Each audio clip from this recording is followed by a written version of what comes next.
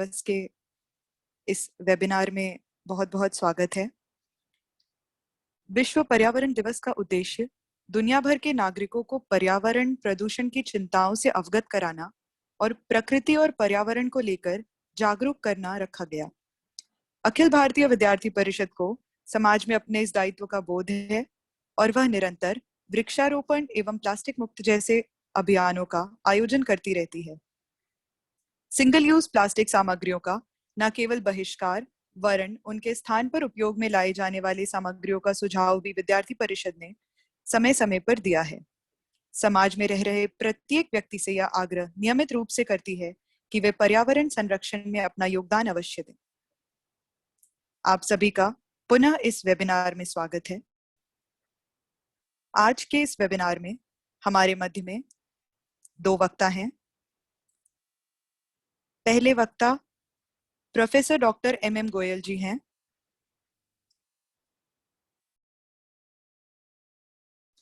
आप जेएनयू जयपुर के पूर्व कुलपति रह चुके हैं। हमारी दूसरी वक्ता है गरिमा उप्रेती जी। आप मूलतः अल्मोड़ा उत्तराखंड से हैं। वर्तमान में आप अखिल भारतीय विद्यार्थी परिषद अवध प्रांत की प्रांत सह मंत्री हैं और आप लखनऊ विश्वविद्यालय में पर्यावरण विज्ञान की शोध छात्रा हैं। हमारे बीच में कुछ और विशेष परिचय हैं। हमारे बीच में आप डॉक्टर मीनू दुबे जी हैं। आप अखिल भारतीय विद्यार्थी परिषद अवध प्रांत की प्रांत उपाध्यक्ष हैं। हमारे मध्य में डॉक्टर गोविंद पांडे जी हैं। आप अखिल भारतीय विद्यार्थी परिषद अवध प्रांत के प्रांत उपाध्यक्ष हैं। आप आकाश अवस्थी जी हैं। आप अवध प्रांत के प्रांत सोशल मीडिया प्रमुख हैं। हमारे बीच में आप अंशुल श्रीवास्तव जी हैं। आप अभावी लखनऊ विभाग के विभाग संगठन मंत्री हैं। हमारे बीच में आप डॉक्टर मंजुला उपाध्याय जी हैं। आप वर्तमान में अखिल भारतीय विद्यार्थी परिषद लखनऊ महानगर की महानगर अध्यक्ष हैं। आप कुंवर अभिमन्यु प्रताप सिंह जी हैं। आप अखिल भारतीय विद्यार्थी परिषद लखनऊ महानगर के महानगर मंत्री हैं। आप अनुज श्रीवास्तव जी हैं। आप अखिल भारतीय विद्यार्थी परिषद लखनऊ महानगर के महानगर संगठन मंत्री हैं। एवं हमारे मध्य में डॉक्टर वरुण छाछर जी हैं। आप अखिल भारतीय विद्यार्थी परिषद लखनऊ महानगर के महानगर उपाध्यक्ष हैं। इसी बीच इस पर्यावरण दिवस के पूर्व हमने पर्यावरण जगत के दो अनमोल रत्नों को खोया है, तो हम अपने वेबिनार की शुरुआत करें उससे पूर्व उन दो अनमोल रत्नों स्वर्गीय सुंदरलाल बहुगुणा जी व स्वर्गीय डीपी सिंह जी का जीवन परिचय आपके समक्ष रखेंगे। सुंदरलाल बहुगुणा जी ने पर्यावरण को एक नया आयाम दिया था। न केवल भारतवर्ष में अपितु विश्व भर में उन्हें एक पर्यावरणविद के नाम से जाना जाता है। मैं अखिल भारतीय विद्यार्थी परिषद लखनऊ महानगर के अलीगंज नगर के नगर मंत्री सौम्य श्वेतांश जी से आग्रह करूंगी कि वे हम सभी के बीच में सुंदरलाल बहुगुणा जी का परिचय रखें। सौम्य जी।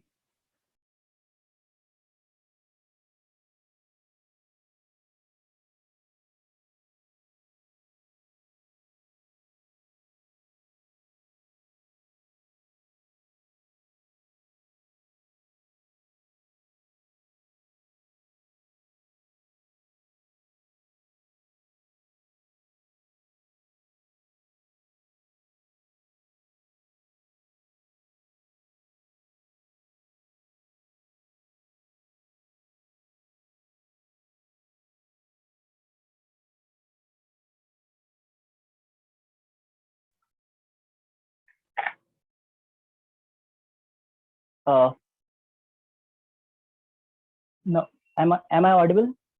Hello? जी बोलें।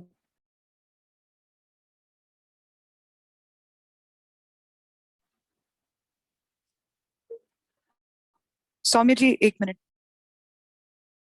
कृपया अनम्यूट कर लें। Hello? Hello? Am I audible? जी अब बोलें। हाँ, नमस्कार। मैं सौम्य शतांशु आज पर्यावरण दिवस पर आयोजित इस कार्यक्रम में आप सभी उपस्थित जनों का हार्दिक स्वागत एवं अभिनंदन करता हूँ। साथ ही साथ मैं अखिल भारतीय विद्यार्थी परिषद लखनऊ महानगर के तमाम कार्यकर्ताओं को कोटिश धन्यवाद देना चाहूंगा, जिन्होंने इस कार्यक्रम के माध्यम से हम सभी को अपनी व्यस्त जिंदगी से कुछ पल पर्यावरण के नाम करने का ये अवसर दिया है। यूं तो भारतीय समाज में पर्यावरण की चिंता प्राचीन काल से ही रही है और इसका महत्व भी काफी रहा है और सिर्फ प्रकृति को भगवान के समकक्ष का ही दर्जा प्राप्त है। आज हम ऐसे ही एक व्यक्तित्व के बारे में जानेंगे जिन्होंने अपना पूरा जीवन प्रकृति के संघर्ष को दिया और प्रकृति की सेवा भगवान का स्वरूप मान करी। हम बात करने वाले हैं स्वर्गीय श्री सुंदरलाल बहुगुणा जी के बारे में। श्री बहुगुणा जी का जन्म 9 जनवरी 1927 को उत्तराखंड के पौड़ी गढ़वाल जिले के एक छोटे से गांव मेडना में हुआ था। हेलो सौम्य जी, आप प्लीज हेलो, कंटिन्यू करें, आवाज आ रही है। Am audible? सौम्य जी, आवाज आ आवाज रही नहीं है, आ रही। आप कृपया कंटिन्यू करें।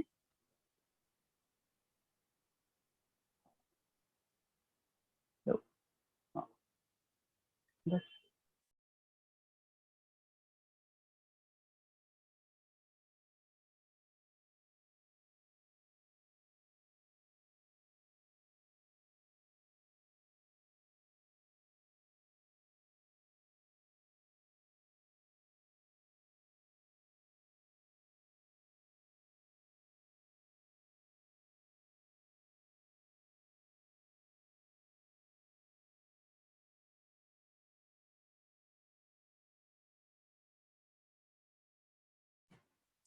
सौम्य जी, कृपया अनम्यूट करके आप कंटिन्यू करें। You are very much Audible.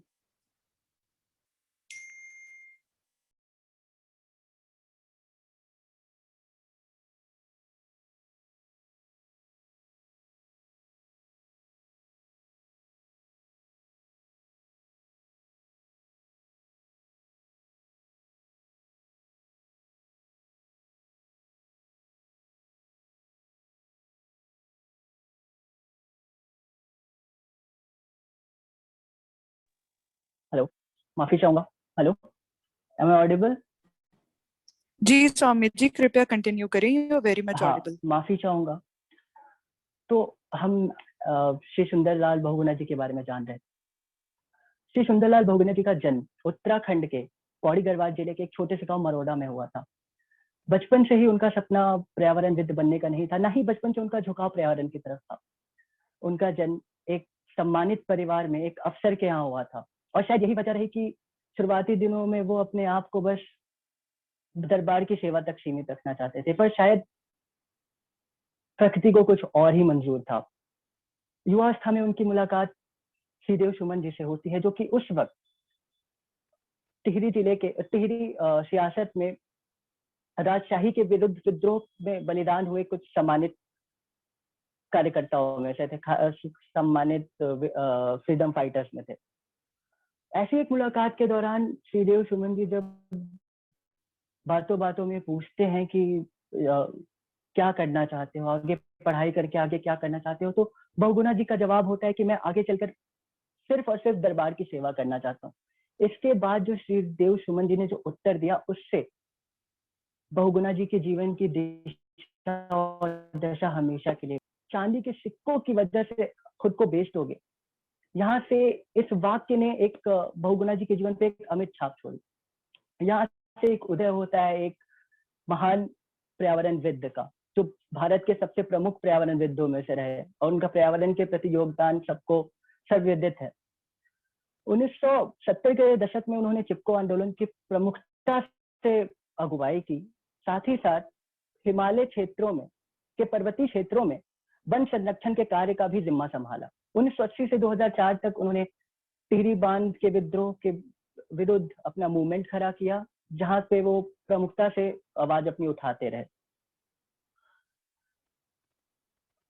पर्यावरण के प्रति उनका प्रेम और सद्भाव अभूतपूर्व था और उनके कुछ कथन जो मैं यहाँ रखना चाहूंगा, जो उन्होंने कहे थे उन विषयों को लेकर। उन्होंने एक बार कहा था कि trees are like lord Shiva, वृक्ष भगवान शिव का रूप है। और यही नहीं, almighty is everywhere specially in nature. भगवान तो हर जगह है पर प्रकृति में खास तौर पर। उनका मानना था कि अगर आप हद से ज्यादा प्रकृति का दोहन करते हो तो फिर ये आप ही की जिम्मेदारी बनती है कि आप उसे उस कदर वापस भी करो, उसे रिस्टोर करो, उसके बारे में जानो, उसके बारे में समझो। बहुत कम लोगों को पता होगा कि अगर हम उनके जीवन को गहराई से और जानने की कोशिश करें तो वो एक गांधीवादी इंसान थे और गांधी जी की का उनके जीवन पे एक अमिट छाप रहा। हमेशा वो अपनी बातों में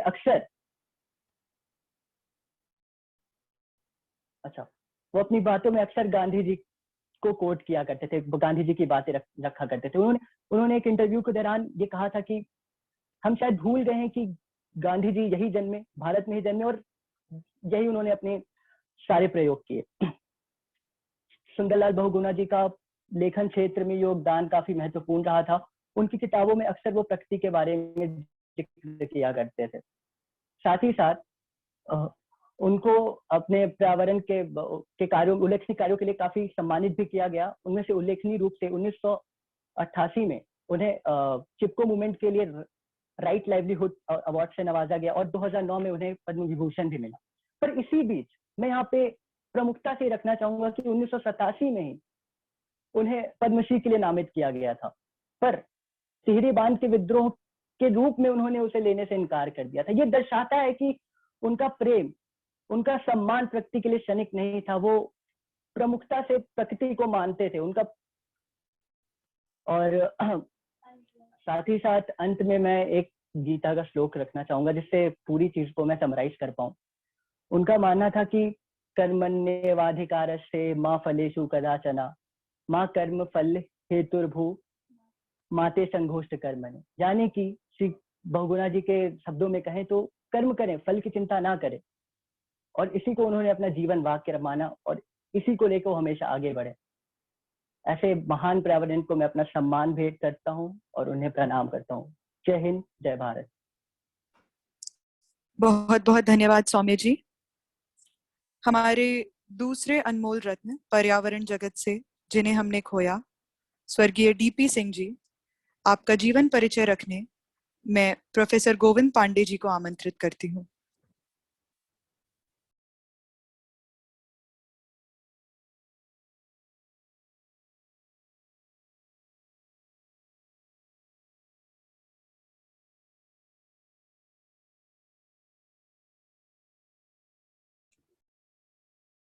धन्यवाद।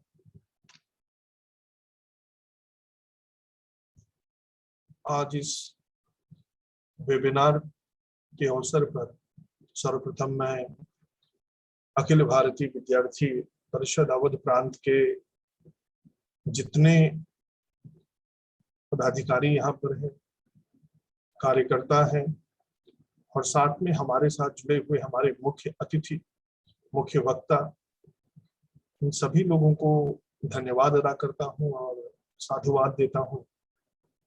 पर्यावरण की चिंता और साथ ही साथ पर्यावरण के क्षेत्र में काम करने वाले हमारे एक बड़े महान सुंदरलाल बहुगुणा जी को, जिनको हमने अभी कुछ समय पहले ही खोया है, उनकी याद हमने की, उनकी याद फिर से ताजा हुई। हमारा विश्वविद्यालय, जहाँ मैं प्रोफेसर और विभागाध्यक्ष के संकाय अध्यक्ष के रूप में काम कर रहा हूँ, बाबा साहब भीमराव अंबेडकर विश्वविद्यालय भारत के एक महान सपूत डॉक्टर अंबेडकर के नाम पर रखा गया है। इस विश्वविद्यालय में पर्यावरण विज्ञान विभाग काफी पुराना विभाग है और स्कूल है। उस स्कूल में कार्यरत हमारे एक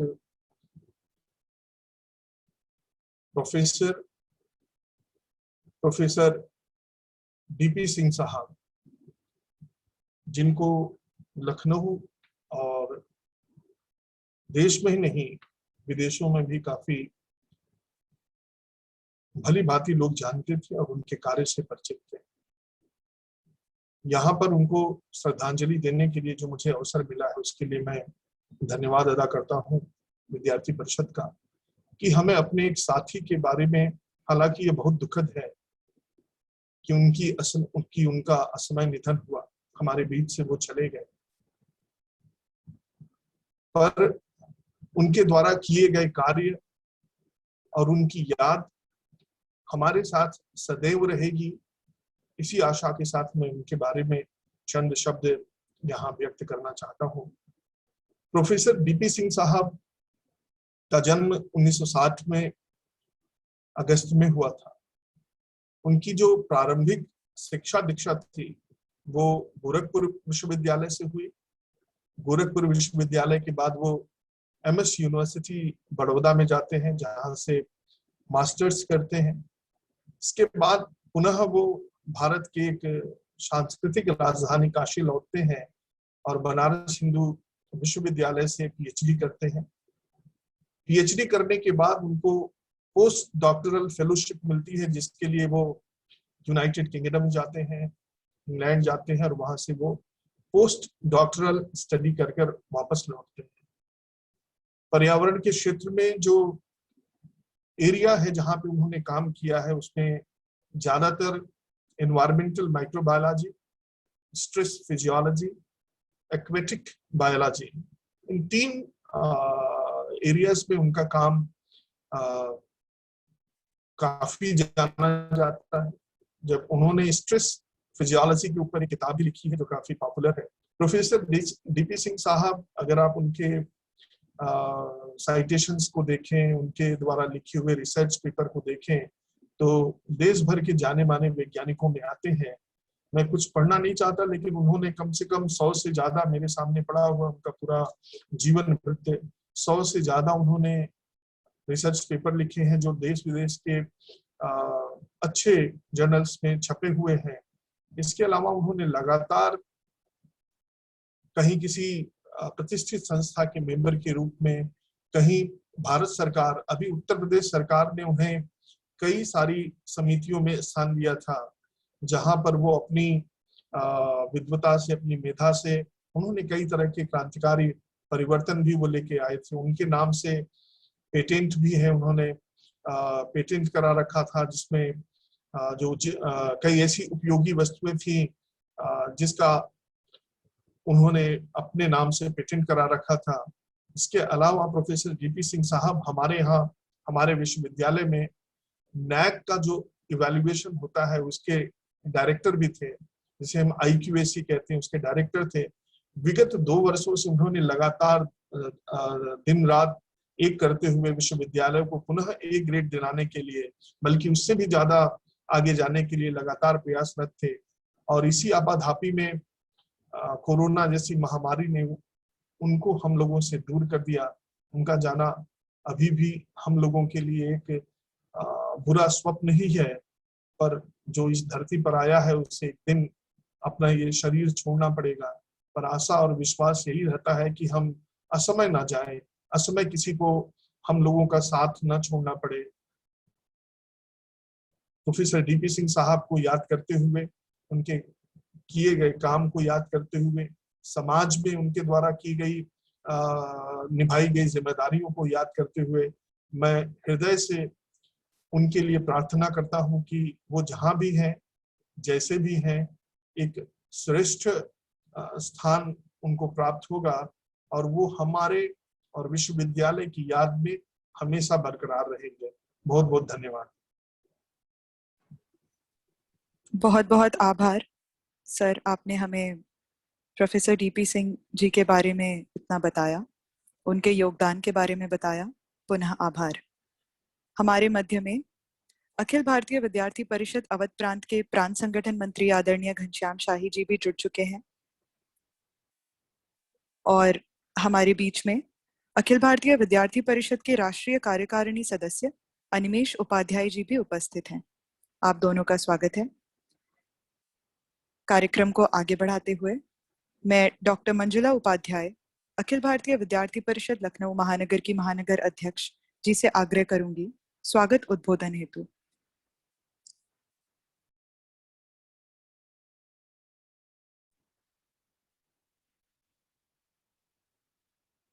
डॉक्टर मंजुला उपाध्याय जी।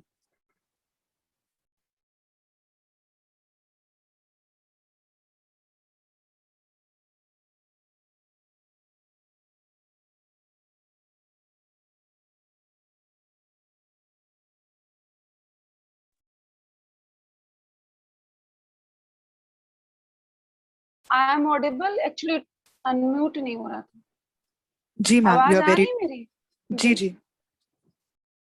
मैं आप सभी का स्वागत करती हूँ आज और धन्यवाद देती हूँ कि आप सभी विश्व पर्यावरण दिवस पर हम एकत्र हुए हैं और एक गहन चर्चा होगी हमारे बीच दो रिनाउंड स्पीकर्स हैं जो इस फील्ड में काम भी कर रहे हैं।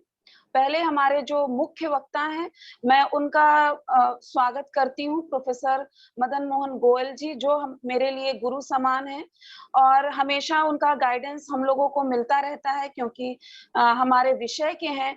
और मैं उनका आभार भी इसलिए देना चाहूंगी कि एक बार कहने पर उन्होंने आज पूरे दिन व्यस्त रहे, उसमें से हमारे लिए बहुमूल्य समय निकाला, उसके लिए उनको बहुत बहुत धन्यवाद।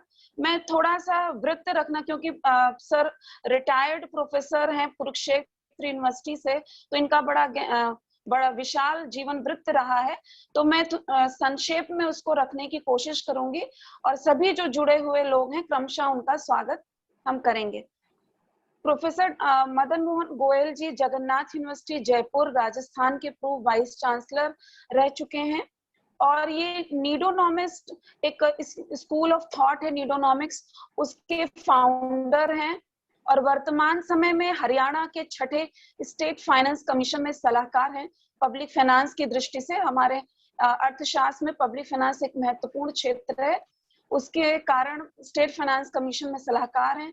लगातार सर की बहुत ही नियमित दिनचर्या रहती है और वो लगातार शोधकर्ता, निदेशक, कुशल वक्ता, सफल लेखक के रूप में सुविख्यात हैं।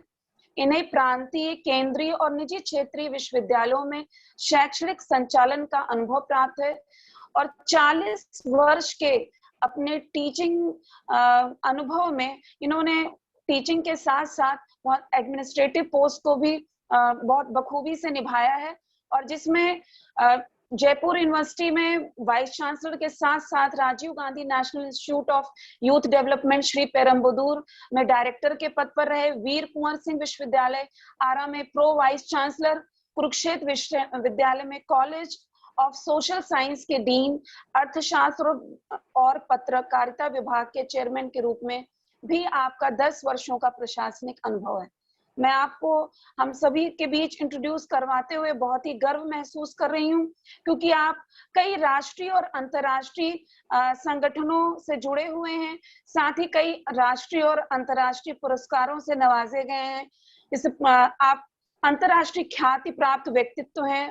South Korea Hong Kong university of foreign studies Seoul में प्रथम Indian council for cultural relation chair professor रहे। यूनिवर्सल पीस फेडरेशन द्वारा शांति के राजदूत सम्मान से आपको नवाजा गया है। डॉटमॉर्थ यूएसए के institute of advance studies school of Indic studies में आप प्रोफेसर के रूप में कार्यरत रहे। प्रोफेसर गोयल जी 1983 में अंतर्राष्ट्रीय सूझबूझ के लिए रोटरी फाउंडेशन अवार्ड से आपको सम्मानित किया गया, जिसके आधार पर आपको यूएसए, यूके और कनाडा में भारतीय प्रतिनिधि बनने का सुअवसर प्राप्त हुआ। उन्होंने दक्षिण Korea, Sri Lanka, Australia, Norway, Malaysia, Indonesia और नेपाल आदि देशों का भ्रमण भी किया है। तो इतने ख्याति प्राप्त वक्ता हमारे बीच हैं, तो आप सभी उत्सुक होंगे उनको सुनने के लिए। और हमारे इसी कड़ी में मैं आगे जो हमारी विशिष्ट वक्ता हैं गरिमा उप्रेती जी, जो रियल लाइफ में पर्यावरण संरक्षण के रूप में उसमें कार्य कर रही हैं कि वो बहुत सालों से प्लास्टिक को यूज नहीं करती हैं, एकदम जीरो वेस्ट टेक्निक के थ्रू अपना जीवन व्यतीत कर रही हैं। और हमारी अखिल भारतीय विद्यार्थी परिषद की प्रांत सह मंत्री हैं, उनका भी मैं हार्दिक स्वागत करती हूँ। हमारे बीच प्रोफेसर गोविंद पांडे जी जो हमारे प्रांत उपाध्यक्ष हैं, मैं उनका भी हार्दिक स्वागत करती हूँ इस वेबिनार में जुड़ने के लिए और अपना संरक्षण देने के लिए। हमारे बीच में प्रांत संगठन मंत्री श्रीमान घनश्याम शाही जी हैं, जिनका समय समय पर मार्गदर्शन हमें प्राप्त होता रहता है, उनका भी मैं हार्दिक स्वागत अभिनंदन करती हूँ। हमारे बीच CWC की मेंबर शांभवी तोमर जी हैं, प्रांत उपाध्यक्ष डॉक्टर मीनू दुबे जी हैं और विभिन्न विश्वविद्यालयों एवं महाविद्यालयों से जुड़े हुए शिक्षक, गण एवं छात्र एवं छात्राएं हैं जो हम सबसे जुड़े हैं और विश्व पर्यावरण दिवस के महत्व को समझते हैं। इसलिए आज जब हम कोरोना काल में ऑफलाइन नहीं मिल सकते हैं तो वेबिनार में शामिल होकर हमारी ये दिखाता है कि हमारी कितनी गहरी सोच है, पर्यावरण के प्रति हमारी चिंता है, और इसलिए आज हम सब एकजुट हुए हैं। और हमारे जो भी प्रांत के, महानगर के और नगरों के दायित्वधारी हमारे बीच कार्यकर्ता हैं और कार्यकर्ता हैं, साथ ही छात्र एवं छात्राएं हैं, जो हमारी टेक्निकल टीम है जूम की जो इसको मैनेज कर रही है, उन सभी का मैं स्वागत एवं आभार करती हूँ। और साथ ही साथ जो हमारे दो विख्यात पर्यावरणविद जो हमारे बीच से चले गए, एक हमारे विचार परिवार के प्रोफेसर डीपी सिंह जी थे जो बीबीयू यूनिवर्सिटी के थे, और चिपको आंदोलन से जुड़े हुए चिपको आंदोलन के प्रणेता सुंदरलाल बहुगुणा जी, इन दोनों को मैं विनम्र श्रद्धांजलि अर्पित करते हुए आप सभी का स्वागत करती हूँ। और हम परिचर्चा जो भी करेंगे बाद में 10 मिनट अगर आपके मन में कोई क्वेश्चंस होंगे तो ये चैट बॉक्स में आप अपने क्वेश्चंस डाल सकते हैं, और जो हमारे मुख्य वक्ता और विशिष्ट वक्ता हैं उनसे आप अपनी संशय को दूर भी कर सकते हैं।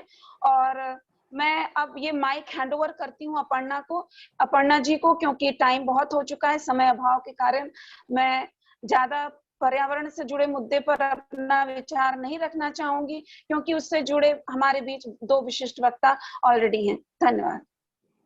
बहुत बहुत धन्यवाद मैम। हमारे बीच में एक विशेष परिचय और है। आप डॉक्टर शिव कुमार मिश्रा जी हैं। आप पूर्व में अखिल भारतीय विद्यार्थी परिषद अवध प्रांत के प्रांत कोषाध्यक्ष रह चुके हैं। आपका भी बहुत बहुत स्वागत है सर।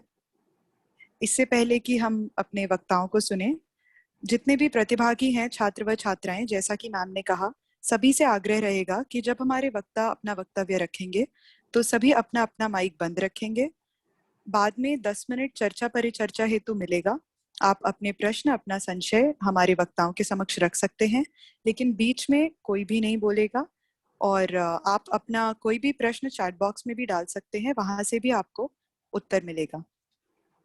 मैं आमंत्रित करती हूँ प्रोफेसर डॉक्टर मदन मोहन गोयल जी को कि वो अपना वक्तव्य हमारे मध्य रखें। धन्यवाद अपर्णा मिश्रा जी। मैं सबसे पहले तो अखिल भारतीय विद्यार्थी परिषद लखनऊ महानगर का आभार प्रकट करता हूं कि उन्होंने मुझे ये मौका दिया कि आज वर्ल्ड एनवायरनमेंट डे के ऊपर अपने विचार रख सकूं। मैं डॉक्टर मंजुला उपाध्याय जी को विशेष रूप से धन्यवाद प्रेषित करना चाहूंगा कि उन्होंने मुझे इस पे बुला करके मौका दिया। अभी आपको डॉक्टर मंजुला जी बता रही थी कि मैं कुरुक्षेत्र में रहता हूं और कुरुक्षेत्र का ही छात्र रहा हूं, कुरुक्षेत्र में ही शोध किया है, कुरुक्षेत्र में ही शिक्षण किया है और अब भी कुरुक्षेत्र में ही रह रहा हूं। मैं आपसे पूछना चाहता हूं कि कुरुक्षेत्र किस लिए जाना जाता है। पूरे विश्व में कुरुक्षेत्र के महत्व की जानकारी है। ज्यादातर लोग कुरुक्षेत्र को महाभारत के लिए जानते हैं, लेकिन मैं आपसे चर्चा करना चाहूंगा कि कुरुक्षेत्र जो है एक स्थान के रूप में विश्व का प्रथम विश्वविद्यालय है। विश्वविद्यालय का उद्देश्य होता है कि वहां हमें सबसे अच्छा ज्ञान मिले, और सबसे अच्छा ज्ञान कुरुक्षेत्र की धरती पर भगवान कृष्ण ने गीता के रूप में दिया था। और मैं अपने वक्तव्य में कहा करता हूं कि Bhagavad Gita is a ism neutral religion free treatise on management, relationship management and welfare economics. To move on the ladder of success for environmental protection with morality, opulence, victory and empowerment, believe that Lord Krishna and Arjun is with you. और ये जो संदर्भ है ये भगवत गीता के बारे में जानकारी सबको है। भगवत गीता में 18 अध्याय हैं, 700 श्लोक हैं, लेकिन अगर मैं कहूं आपको कि आप google.com में एक श्लोक की गीता लिखें तो आपको एक श्लोक मिलेगा, यत्र योगेश्वर कृष्णो यत्र पार्थो धनुर्धर तत्र श्री विजयो भूमिर्धुता नित्रमतरमम। इसका मतलब ये हुआ कि अगर हमने पर्यावरण संरक्षण में सफलता प्राप्त करनी है तो हमेशा याद रखिए कि भगवान कृष्ण भगवान के रूप में और अर्जुन एक आत्मा के रूप में हमारे साथ हैं। इसी के साथ आज के इस विषय जो need of consumption for environmental protection पे मैं अपने विचार रखना चाहूंगा। मैं आपसे बताना चाहूंगा कि हम प्रति वर्ष वर्ल्ड एनवायरनमेंट डे मनाते हैं, इसको एक एनुअल रिचुअल के तरीके से। एक हर वर्ष हम इसे एक रिचुअल के तरीके से वर्ल्ड एनवायरनमेंट डे मनाते हैं। आज इस समय जो हमारी अखिल भारतीय विद्यार्थी परिषद लखनऊ शाखा है, इसमें हम आज चिंतन करना चाहेंगे कि हमें क्या सोचना चाहिए, क्या इंट्रोस्पेक्ट करना चाहिए, और इस जो पर्यावरण का विषय है इसको एक मानवीय विकास की एक ऐसी एक्टिविटी समझना चाहिए जिसको हम भारत में करेंगे, जिसे अंग्रेजी में इंडिया कहते हैं। आपने एक कहावत सुनी होगी, necessity is the mother of invention, लेकिन एनवायरमेंटल प्रोटेक्शन के लिए ये हमारे लिए एक एडेज से ज्यादा है। और आज समय आ गया है जब इस पेंडेमिक इंडिया में जब हम देख रहे हैं कि कई प्रकार की हमारी जो समस्याएं आ रही हैं उसको सुझाने के लिए हमें एनवायरमेंटल प्रोटेक्शन करना पड़ेगा। और उस एनवायरमेंटल प्रोटेक्शन के लिए हम एक विषय आज आपके सामने शेयर करेंगे, नीड ऑफ कंजम्पशन, आवश्यक उपभोग। उपभोग के बारे में अर्थशास्त्र के छात्र तो जानते हैं कि उपभोग सबसे महत्वपूर्ण होता है, लेकिन भोजन का उपभोग कुछ लोग तो केवल जीने के लिए करते हैं और कुछ लोग जीते हैं भोजन करने के लिए। अमेरिकन के बारे में एक कहावत है, दे लिव टू ईट, और इंडियंस के बारे में ये है कि दे ईट टू लिव।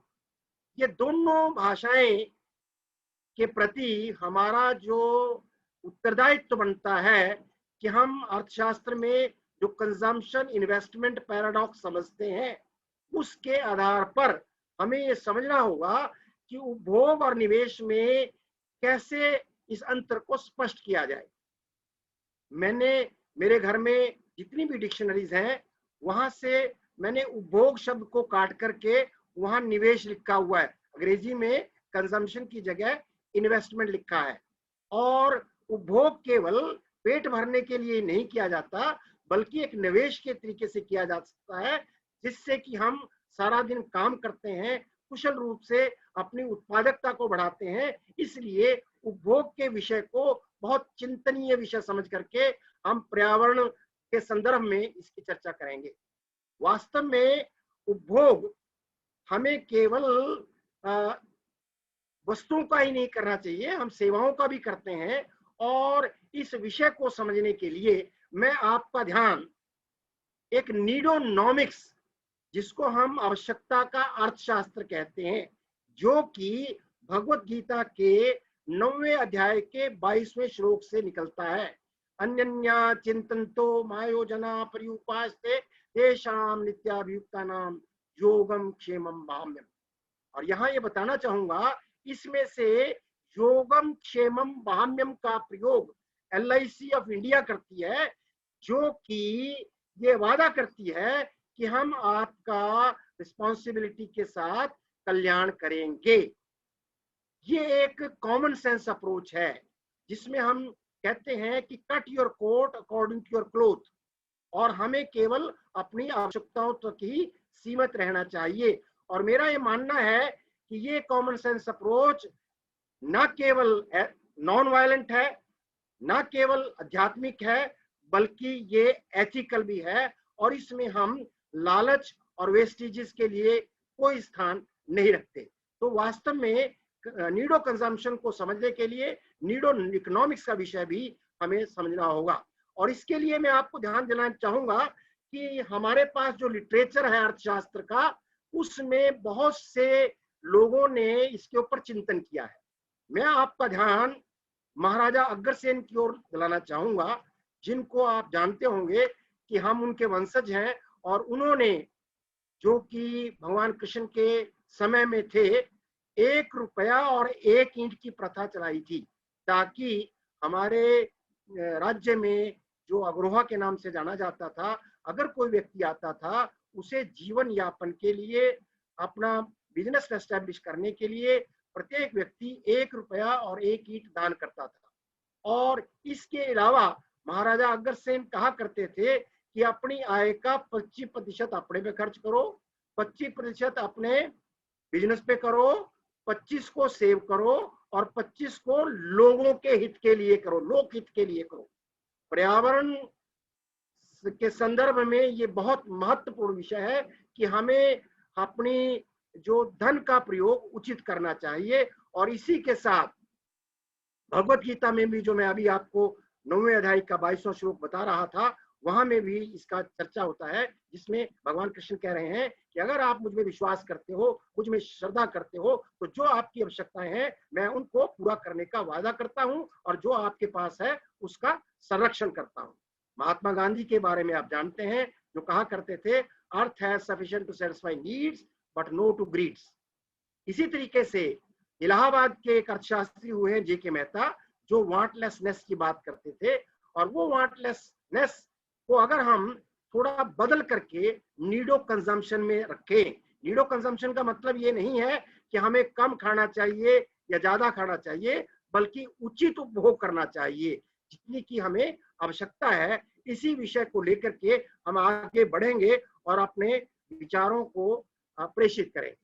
मेरा ये मानना है कि इस आवश्यक उपभोग के लिए हमें क्या करना चाहिए, क्या नहीं करना चाहिए, क्यों करना चाहिए, क्यों नहीं करना चाहिए, कब करना चाहिए, कब नहीं करना चाहिए, कहाँ करना चाहिए, कहाँ नहीं करना चाहिए।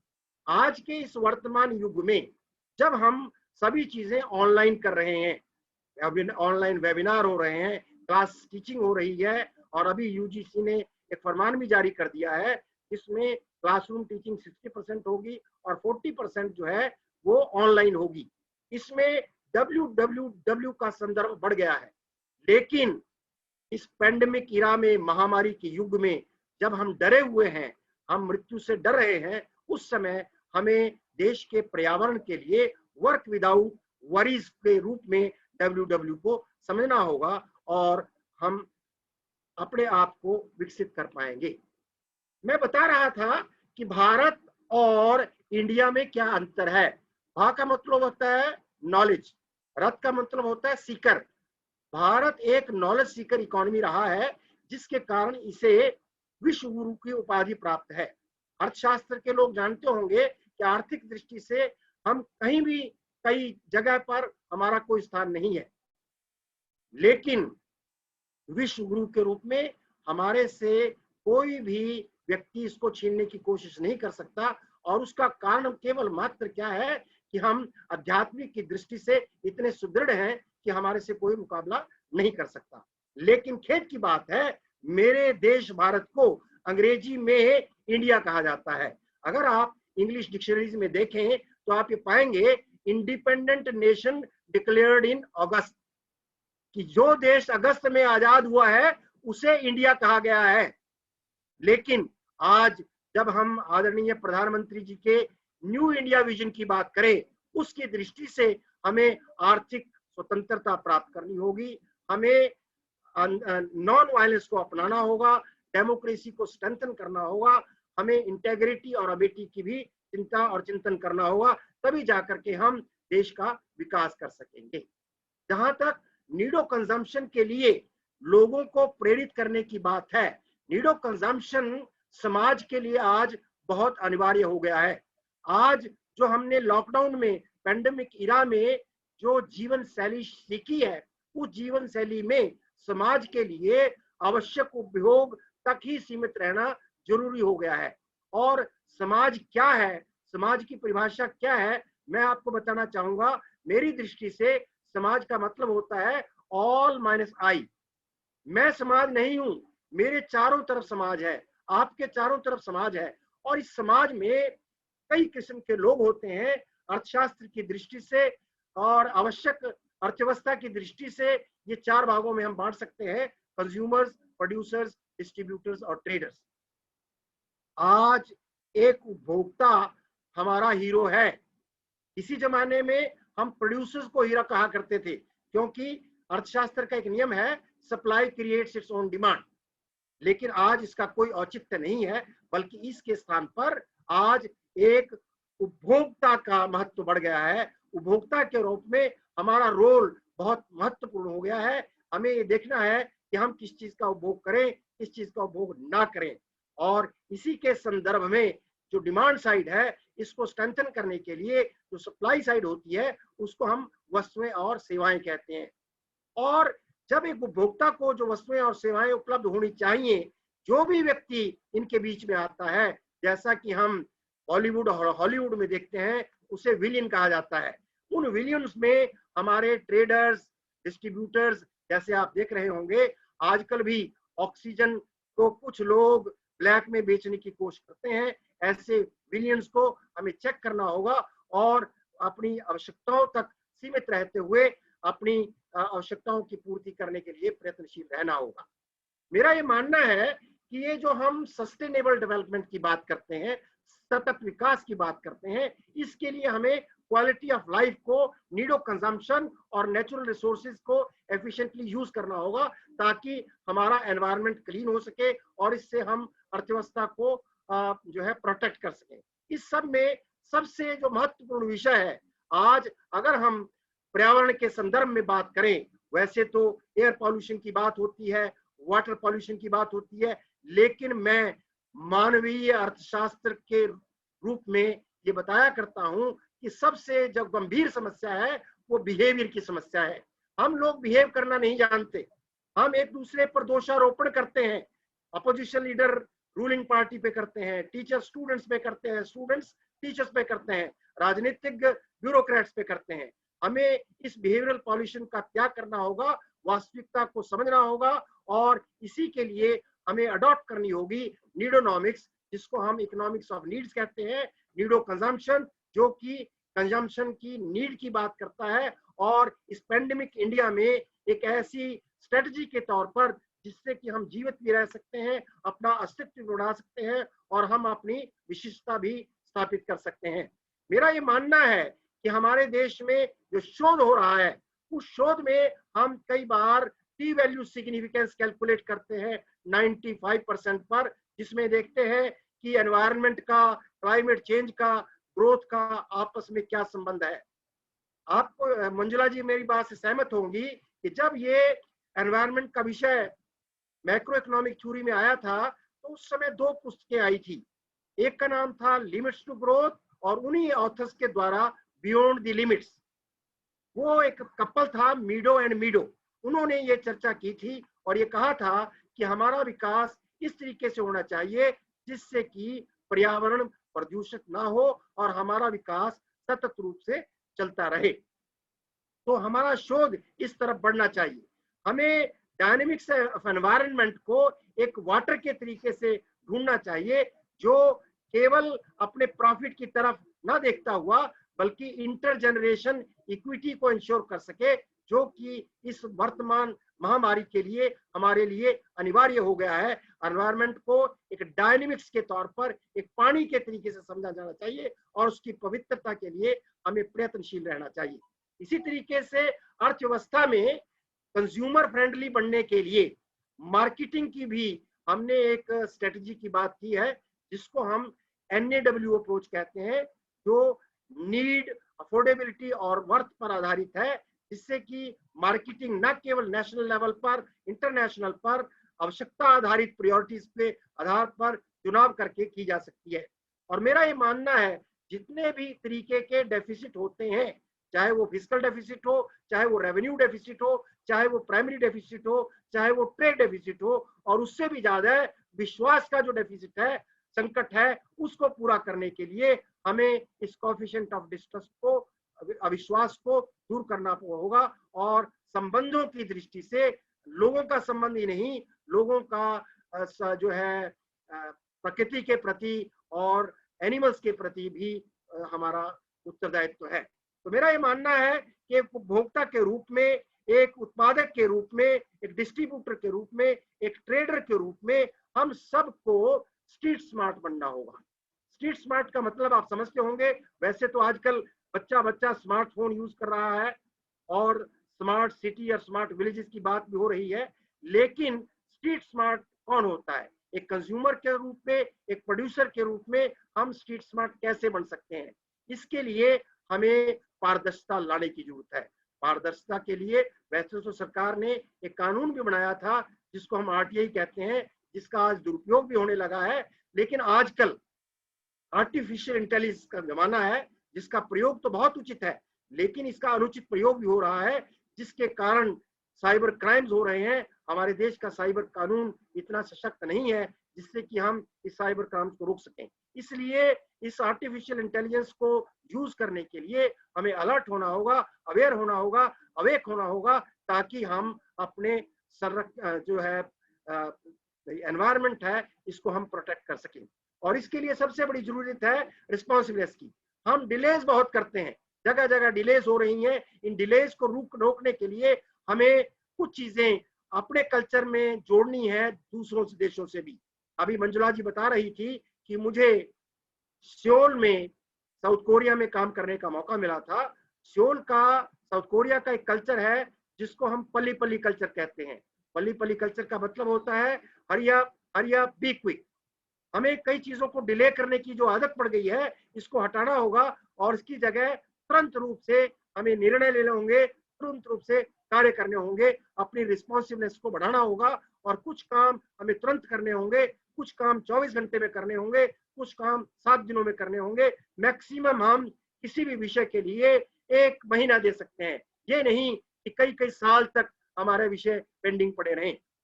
और इसके लिए हमें टारगेट ओरिएंटेड अप्रोच को भी छोड़ना पड़ेगा। हम जब खर्चे की बात करते हैं, 31 मार्च का दिन हमारे लिए बहुत महत्वपूर्ण हो गया है। उस दिन हम अपने रिसोर्सेज को वेस्ट करते हैं। कुछ मिनिस्ट्री तो रात को 12 बजे तक बैठ करके अननेसेसरी खर्चे करती हैं, जिसको रोका जा सकता है। Heaven is not going to fall अगर हम 31 मार्च को पैसा नहीं खर्च पाएंगे। इसकी जगह हमें एक्शन ओरिएंटेड अप्रोच अपनानी होगी, हमें रिजल्ट ओरिएंटेड बनना होगा। और इसके लिए मॉरलिटी, एथिक्स की आवश्यकता है। आपको पता होगा कि अर्थ जो है वो धर्म के साथ होता है। जैसे कि हम कहा करते हैं कि economics without ethics is like eyes without site. जो हमारा नीडोनॉमिक्स विषय है वो भी धर्म से प्रेरित है और केवल आवश्यकताओं तक सीमित रहने की बात करता है, जिसमें उपभोग भी आवश्यक ही होना चाहिए। हमें अपने रिसोर्सेज को वेस्ट नहीं करना चाहिए। इसी के साथ हमने एक सिंपल मॉडल की बात की है। महात्मा गांधी कहा करते थे simple living and high thinking. मैं कहता हूं simple living and no thinking. No thinking का मतलब ये नहीं है कि हमें सोचना चाहिए नहीं चाहिए, हमें उन चीजों के बारे में सोचना चाहिए जो हमारे कंट्रोल में हो। जो हमारे कंट्रोल में नहीं है उन विषयों के बारे में हमें चिंता नहीं करनी चाहिए। लेकिन इस सिंपल मॉडल में हम, वैसे तो नेता लोग तो हमारे सफेद कपड़े पहन करके सभी लोग अपने आप को सिंपल कहते हैं, लेकिन सिंपल बनने के लिए हमें सबसे पहले तो इमोशनल कोशेंट को बढ़ाना होगा। आज आईक्यू का जमाना चला गया, क्योंकि आईक्यू तो हम हमारे कंप्यूटर के पास है, हमारे स्मार्टफोन के पास है। हमें इमोशनल कोशेंट बढ़ाने के लिए हमें अपने आप को मोटिवेट करना होगा, दूसरों को मोटिवेट करना होगा और हमें एम्पैथी करनी होगी सिंपैथी की बजाय। तभी हम देश के अंदर जो है संरक्षण कर सकते हैं पर्यावरण का। और इसके लिए सबसे बहुत जरूरी है लव वन सेल्फ एटीट्यूड। जो हम देश में आई लव यू, इलू इलू की बातें करते हैं, इसकी जगह अगर हर व्यक्ति अपनी आत्मा से प्यार करता हो, उसको मृत्यु से डर नहीं लगेगा। आज के इस पेंडेमिक इरा में जब हम लोग डरे हुए हैं, डर क्या मतलब हम समझते हैं fear. Fear is false evidences appearing real. लेकिन मेरा ये मानना है कि सोल जो है वो इमॉर्टल होता है, डेथ रेट 0 होता है, तो डर किस बात का। इसलिए हमें फियरलेस बनना होगा। लेकिन इसके बावजूद भी हमें फिजिकल डेवलपमेंट भी करनी होगी, हमें स्वास्थ्य का ध्यान भी रखना होगा और WHO के प्रोटोकॉल को समझना होगा, जिसमें physical distancing, use of mask और उसके साथ साथ हमें हाथ को बार बार धोना होगा। यहाँ मैं एक बात बड़ी गंभीरता के साथ बताना चाहूंगा कि पेंडेमिक इरा में हम डरे हुए तो हैं, लेकिन हमें एक ऐसा मौका मिला है जिससे भारतीयता का अंतर्राष्ट्रीयकरण हो रहा है। आज मेरे देश का नमस्ते और नमस्कार इसका अंतर्राष्ट्रीयकरण हो गया है, क्योंकि विदेशों में भी आज लोग ना तो गले मिल सकते हैं और ना ही हाथ मिला सकते हैं, और उसकी जगह केवल मात्र नमस्ते और नमस्कार का स्थान आ गया है। ये बहुत संतोष का विषय है कि भारतीयता का अंतर्राष्ट्रीयकरण हो रहा है। आज समय आ गया है कि हमें अपने मेंटल लेवल को परिवर्तन करना होगा, हमें वार ऑफ वर्ड्स को छोड़ना होगा, ब्लेम गेम को छोड़ना होगा, अपने लुक्स को बदलना होगा, अपने एक्शंस को बदलना होगा, अपने वर्ड्स को बदलना होगा, ताकि एक लॉ बन सके, कानून बन सके। मेरा ये मानना है भविष्यवाणी करना हमारा उत्तरदायित्व होता है अर्थशास्त्र में, और मैं एक भविष्यवाणी करना चाहता हूँ कि मेरे देश को विश्व शक्ति बनने से कोई नहीं रोक सकता, और पर्यावरण करने के लिए भी अध्यात्म का विशेष योगदान है। और मैं कहा करता हूँ कि the rate of progress in spirituality is faster than the rate of progress in materialism, और इसी के साथ पर्यावरण का संरक्षण तीव्र गति से हो सकता है और अध्यात्म का विकास हो सकता है। इन्हीं शब्दों के साथ मैं आपका आभार प्रकट करना चाहूंगा कि आपने मुझे मौका दिया, ताकि मैं अपने इस सस्टेनेबल डेवलपमेंट के लिए, अपने इस पर्यावरण संरक्षण के लिए आवश्यक उपयोग की बात कर सकूं। अपने विषय को कंक्लूड करने से पहले मैं ये बताना चाहूंगा कि विश्व पर्यावरण दिवस के वार्षिक अनुसंधान से अधिक याद रखने हेतु पर्यावरण के सभी आयामों के बारे में आत्मनिरीक्षण के साथ मानव संसाधन विकास गतिविधि के रूप में विचार किया जाना चाहिए। पर्यावरण संरक्षण हेतु सतत विकास आवश्यक उपयोग की मांग करता है। पर्यावरण संरक्षण में सार्वजनिक भागीदारी सुनिश्चित करने हेतु हमें स्ट्रीट स्मार्ट, सरल, नैतिक, कार्रवाई उन्मुख, उत्तरदायी और पारदर्शी उपभोक्ता बनने की आवश्यकता है। भारतीय व्यवस्था की व्यवहारिक प्रदूषण से रक्षा हेतु पर्यावरण को स्वच्छ रखते हुए जीवन की गुणवत्ता को बढ़ाना होगा और प्राकृतिक साधनों को कुशलतापूर्वक उपयोग करना होगा।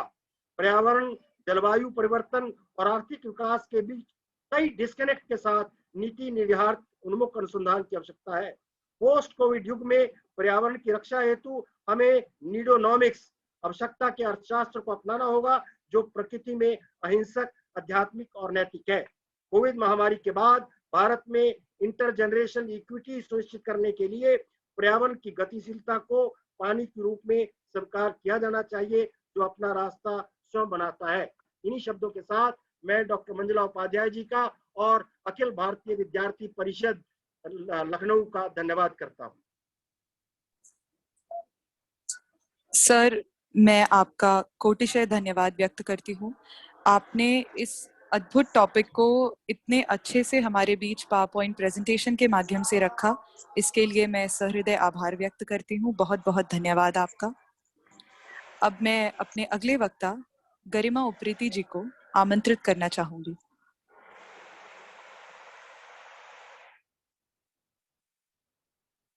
जी नमस्कार सभी को।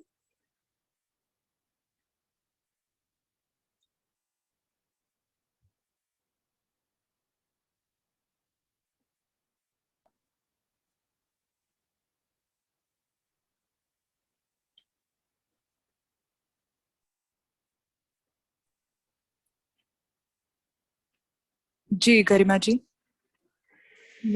अभी मैंने चैट में एक लिंक भेजी है, तो उसके बारे में बाद में बात करेंगे, बट ये सेंड करना जरूरी था, इसलिए मैंने इसे अभी सेंड किया। तो मैं स्क्रीन शेयर करना चाहूंगी।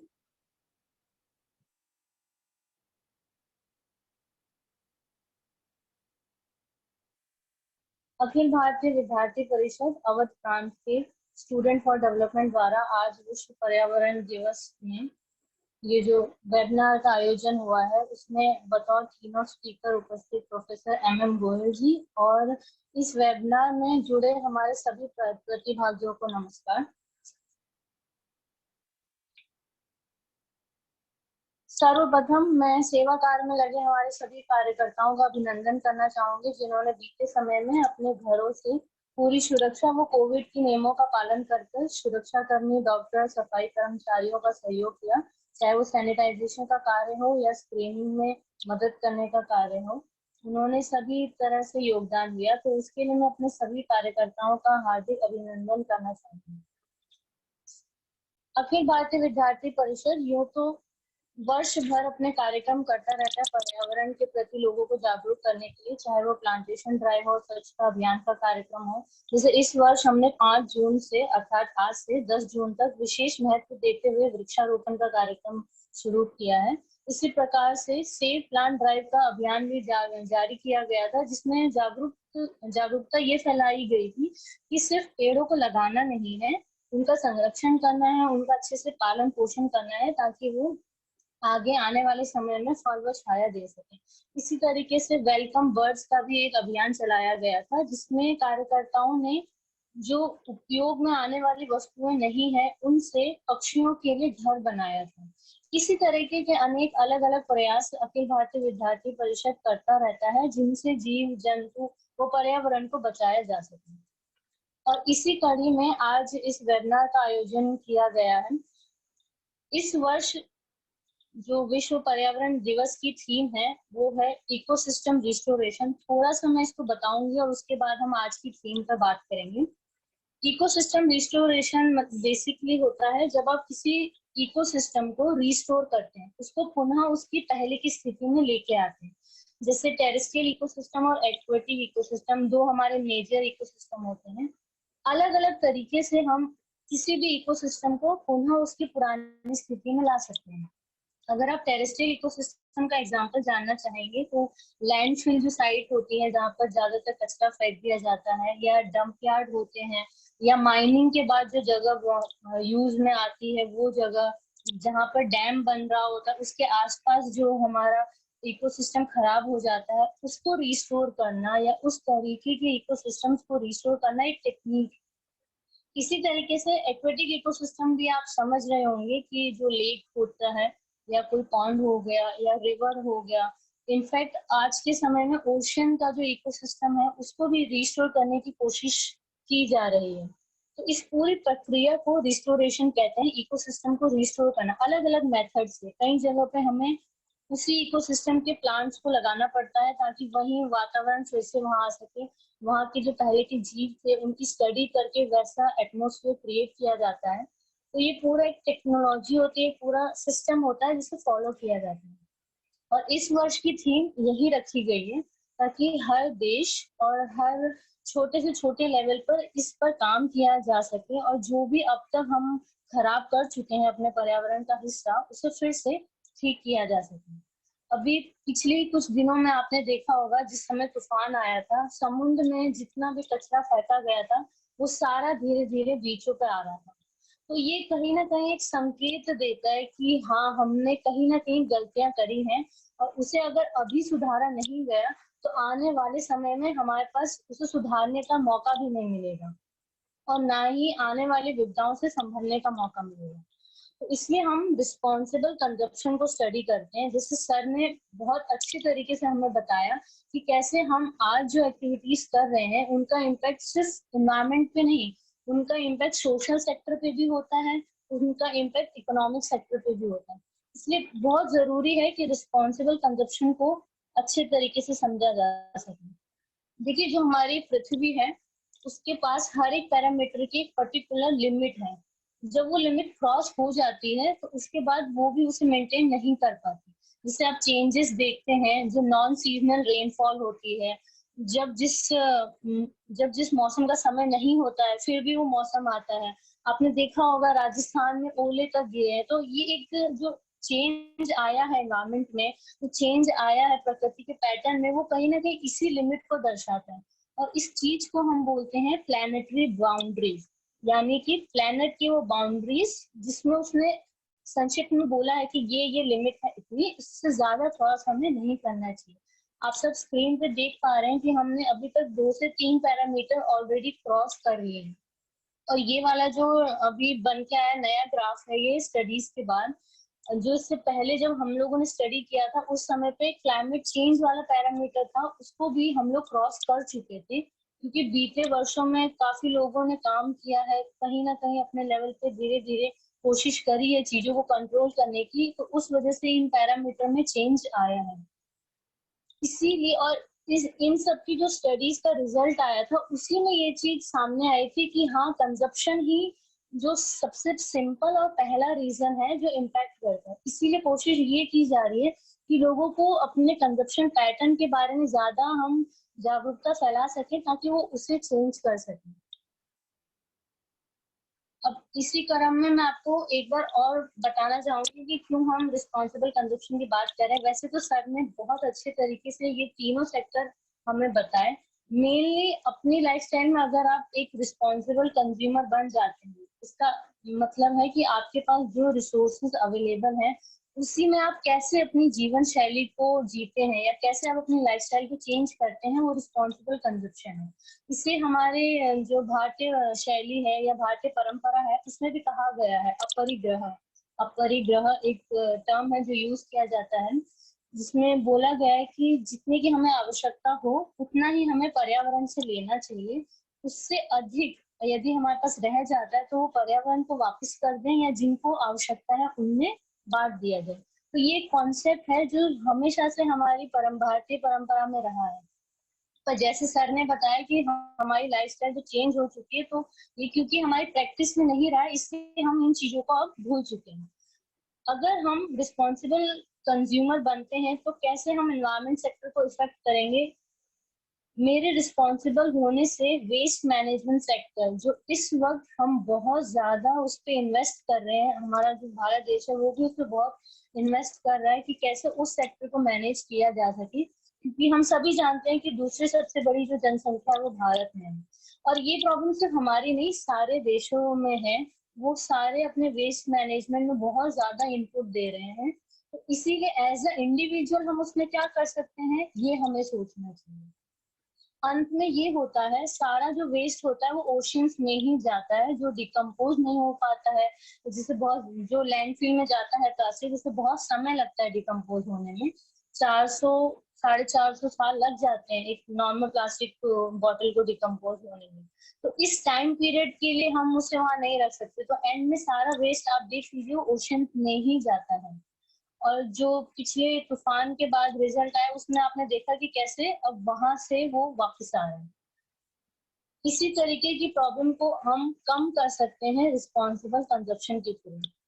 इससे एक और इम्पैक्ट सामने आता है, जो हैजार्डस वेस्ट निकलता है फैक्ट्री से, चाहे वो टेक्सटाइल हो, कॉस्मेटिक मैन्युफैक्चरिंग हो, single use plastic manufacturing company हो, उनमें भी कमी आएगी। एक कॉन्सेप्ट है जो सर ने जैसे बताया कि जो हम मार्केट में डिमांड रखते हैं उसी हिसाब से इंडस्ट्रीज अपना मैन्युफैक्चरिंग करती हैं। आपने सबसे अच्छा उदाहरण अभी कोरोना काल में देखा होगा, जैसे ही मार्केट में डिमांड आई कि नीम, एलोवेरा और गिलोय से बने हुई चीजें हम अगर लें तो हम कोरोना से सुरक्षित रह सकें, तो कैसे सभी ने अपने अपने प्रोडक्ट्स में चेंजेस लाना शुरू कर दिया और वहीं एडवर्टीजमेंट शुरू कर दी। तो ये एक कॉन्सेप्ट है जो हमें समझना चाहिए कि जिस चीज की डिमांड हम मार्केट में रखेंगे या मार्केट में आएगी, कंपनी धीरे धीरे उन्हीं चीजों को फॉलो अप करने लगेगी, उनको अपने मैनुअल में चेंज करने लगेगी। तो आज अगर हम सब जो यहाँ पे जुड़े हुए हैं वो ये डिमांड सेट करें कि हमें प्लास्टिक टूथब्रश नहीं चाहिए, हम वुडन का ही लेंगे, तो कंपनियां उसी को कहीं ना कहीं अपने मैन्युफैक्चरिंग में एडजस्ट करेंगी। तो इसी तरीके का एक बहुत बड़ा चेंज हम ला सकते हैं, क्योंकि उससे वेस्ट जनरेशन बहुत कम हो जाएगा। सेकंड, जो हम सोशल सेक्टर पे इम्पैक्ट देखते हैं रिस्पॉन्सिबल कंजप्शन का, वो ये होता है फूड सिक्योरिटी का। अगर रिस्पॉन्सिबली हम अपना खाना कंज्यूम करें, रिस्पॉन्सिबली अगर बच जाता है उसे डिस्ट्रीब्यूट करें, तो फूड सिक्योरिटी का जो एक इश्यू है वो सॉल्व हो सकता है। क्योंकि प्रोडक्शन हमारा बहुत ज्यादा है, हम प्रोड्यूस तो काफी अच्छा करते हैं लेकिन वो डिस्ट्रीब्यूट नहीं हो पाता है सही समय पे, सही जगह, सही लोगों तक नहीं पहुंच पाता है, इसी कारण सारी प्रॉब्लम्स आती है। सेकंड है, जो इनइक्वालिटीज हैं वो भी कम होंगी जब रिसोर्सेज धीरे धीरे सही जगह पे डिस्ट्रीब्यूट होंगे इक्वल अमाउंट में, तो आपस में इनइक्वालिटी जो होती है वो भी कम होगी, कॉम्प्लेक्सिटीज भी धीरे धीरे कम आएंगी, और एक क्लैरिटी हम लोगों में आएगी कि अभी इस समय मुझे जिस चीज की आवश्यकता है मैं उसे उतने ही अमाउंट में इस्तेमाल करूँ। तो ये क्लैरिटी आना जरूरी है, जिसकी वजह से क्या होता है कि पर्सपेक्टिव भी हमारा चेंज होता है चीजों को देखने के प्रति, और एक मेंटल स्टेबिलिटी रहती है कि हाँ मैं इतने कम में भी, इतने कम रिसोर्सेज में भी बहुत अच्छी लाइफस्टाइल जी सकता हूँ। इससे हमारे मेंटल जो स्टेबिलिटी रहती है वो भी काफी अच्छी होती है, काफी विकसित रहती है। तीसरा जो सर ने बहुत ज्यादा अच्छे से एक्सप्लेन किया इकोनॉमिक सेक्टर का, वही है, उसमें भी हमारा इम्पैक्ट आता है अगर हम रिस्पॉन्सिबल रहेंगे। जैसे इनोवेशन का, जब आपके पास लिमिटेड रिसोर्स होते हैं तो आपके पास बहुत सारे आइडियाज आते हैं कि उसको हम कैसे और इनोवेटिव आइडिया से रीयूज करें या कैसे उसको एक मार्केट की स्ट्रेटेजी बना के बाहर लेके आए। तो ये इनोवेटिव आइडियाज आते हैं। हम इकोनॉमी को सपोर्ट करने के लिए और बहुत सारे सोर्सेज निकाल सकते हैं। तीसरा जो पहले मैंने डिस्कस किया था कि रिसोर्सेज इक्वली डिस्ट्रीब्यूट होंगे। तो एक पर्सन के रिस्पॉन्सिबल होने से जब आप इतने अच्छे अच्छे जो हमारे मेन इश्यूज हैं या जो भी हमारी रिक्वायरमेंट अगर हम उन्हें एड्रेस कर सकते हैं, तो मेरे ख्याल से रिस्पॉन्सिबल कंजप्शन में या रिस्पॉन्सिबल कंज्यूमर बनने में कोई बुराई नहीं है। हमें सबसे पहले और इस पर्यावरण दिवस पे ये प्रण लेना चाहिए कि हाँ हम ऐसा करेंगे। अब जो मैंने आपको लिंक शेयर करी थी वो इसी के लिए थी कि आप कैसे पता करेंगे कि आपने क्या चेंजेस किया है, क्या आपकी लाइफस्टाइल में बदलाव आया, उससे क्या इम्पैक्ट हुआ। जो मैंने आपको लिंक दी है, मैं चाहूंगी हमारे जितने भी यहाँ पे जुड़े हुए हैं लोग, वो सभी बाद में, अभी नहीं, अभी आप इससे जुड़े रहिए। जब ये पूरा वेबिनार खत्म हो जाएगा आप प्लीज उस लिंक पर जाइएगा। वो हैप्पी टर्टल की लिंक है, वो आपको बताएगी कि आप कितना प्लास्टिक कंज्यूम करते हैं। अभी जो आप अपनी स्क्रीन पे देख पा रहे हैं ये मेरा प्लास्टिक कंजप्शन है। जो आपको सबसे पहले दिखाएगा वो है टोटल फुटप्रिंट, यानी कि आपने पूरे वर्ष में कितना प्लास्टिक यूज किया वो आपको बताएगा। एक छोटा सा क्वेश्चनर का फॉर्म है, मतलब आपसे क्वेश्चन पूछे जाएंगे कि आप क्या क्या चीजें इस्तेमाल करते हैं, कैसे आप उसको डिकम्पोज करते हैं या फिर कैसे आप उसको डिस्पोज करते हैं अपने घर से, क्या प्रोसीजर रहता है। सिंपल यस नो का फॉर्मेट है, बहुत इजी है। बाद में आपको बताएगा कि हाँ इनमें से आपका टोटल फुटप्रिंट ये है, इसमें से इतना प्रतिशत आप अवॉइड कर सकते हैं, इतना रिड्यूस हो सकता है और भी, और इतना रिसाइकल हो सकता है। आप देख पाएंगे मेरा जो टोटल फुटप्रिंट है प्लास्टिक यूज करने का वो 3.1 किलो है। मतलब मैं पूरे साल में 3.1 किलो प्लास्टिक यूज करती हूँ। ये ज्यादातर मेरा जो हैजार्डस वेस्ट होता है वो है, जैसे सैनिटरी नैपकिन हो गया। अभी मेरे पास ऑल्टरनेटिव है उसका, बट क्योंकि ट्रेवल करना पड़ता है तो उसमें थोड़ा हमें ध्यान रखना पड़ता है। तो ये बेसिकली उसी का यूसेज है। अदरवाइज मोस्टली मेरा प्लास्टिक फ्री ही लाइफस्टाइल चल रहा है। तो मैं अपने सारे उनसे फिर से एक बार रिक्वेस्ट करना चाहूंगी कि आप सभी इस पे जाके अपना फुटप्रिंट चेक करेंगे, और अगर आप चाहें तो ऐसा ही स्क्रीनशॉट लेके आप ABVP अवध के साथ शेयर कर सकते हैं, हमें टैग कर सकते हैं। अब आगे बढ़ते हैं।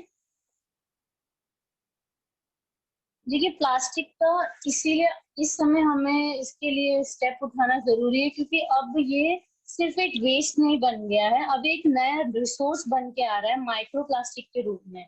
और ये हमारे कॉस्मेटिक्स में भी है, वाटर बॉडीज में भी अब आ गया, और रिसेंट स्टडीज में ये जो हमारी महिलाएं हैं उनके गर्भाशय में भी पाया गया था। तो अब ऐसा नहीं है कि ये बिल्कुल नया टर्म है, ये ऑलरेडी इस पे स्टडी हो चुकी है और लोग काफी ज्यादा जागरूक हो रहे हैं कि माइक्रो प्लास्टिक को कैसे कम से कम हम अपने उसमें आने में अवॉइड कर सकें। तो उसके लिए एक्सपोजर जितना कम होगा उतना इनका इन्वॉल्वमेंट भी कम होगा। जितना कम हम खुद को इन चीजों से एक्सपोज करेंगे उतना कम ये हमारे बॉडीज में या हमारे सराउंडिंग्स में आ सकते हैं।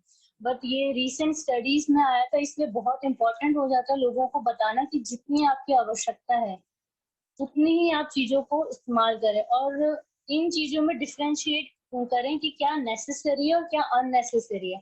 आप अपनी लाइफस्टाइल में जब शॉर्ट लिस्ट करेंगे तो आपको पता चलेगा बहुत सी ऐसी चीजें जिनकी आपको जरूरत ही नहीं है।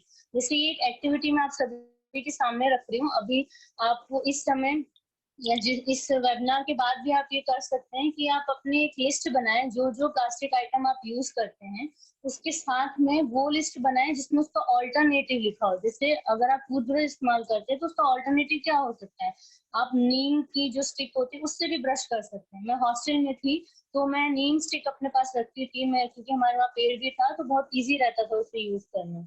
तो इसी तरीके से आप दूसरी लिस्ट बनाएंगे कि उसका ऑल्टरनेटिव क्या हो सकता है। तीसरी लिस्ट जो आप बनाएंगे कितना समय आपको चाहिए उस ऑल्टरनेटिव को यूज करने में या उसकी तरफ टोटल शिफ्ट होने में। जैसे अगर आपके पास टूथब्रश है तो मैं ये नहीं बोलूंगी कि आज ही उसे डस्टबिन में फेंक के आप लकड़ी का टूथब्रश ले आइए, नहीं। क्योंकि फिर वो पूरा कॉन्सेप्ट जीरो हो जाएगा। मेन कॉन्सेप्ट ये है, जो भी आपके पास है उसको आपको डस्टबिन में जाने से ही रोकना है, क्योंकि एंड में वो डंप यार्ड में ही जाएगा, लैंडफिल में ही जाएगा। कोशिश करना है कि वो रिसाइकिल हो सके, रीयूज हो सके, ठीक है।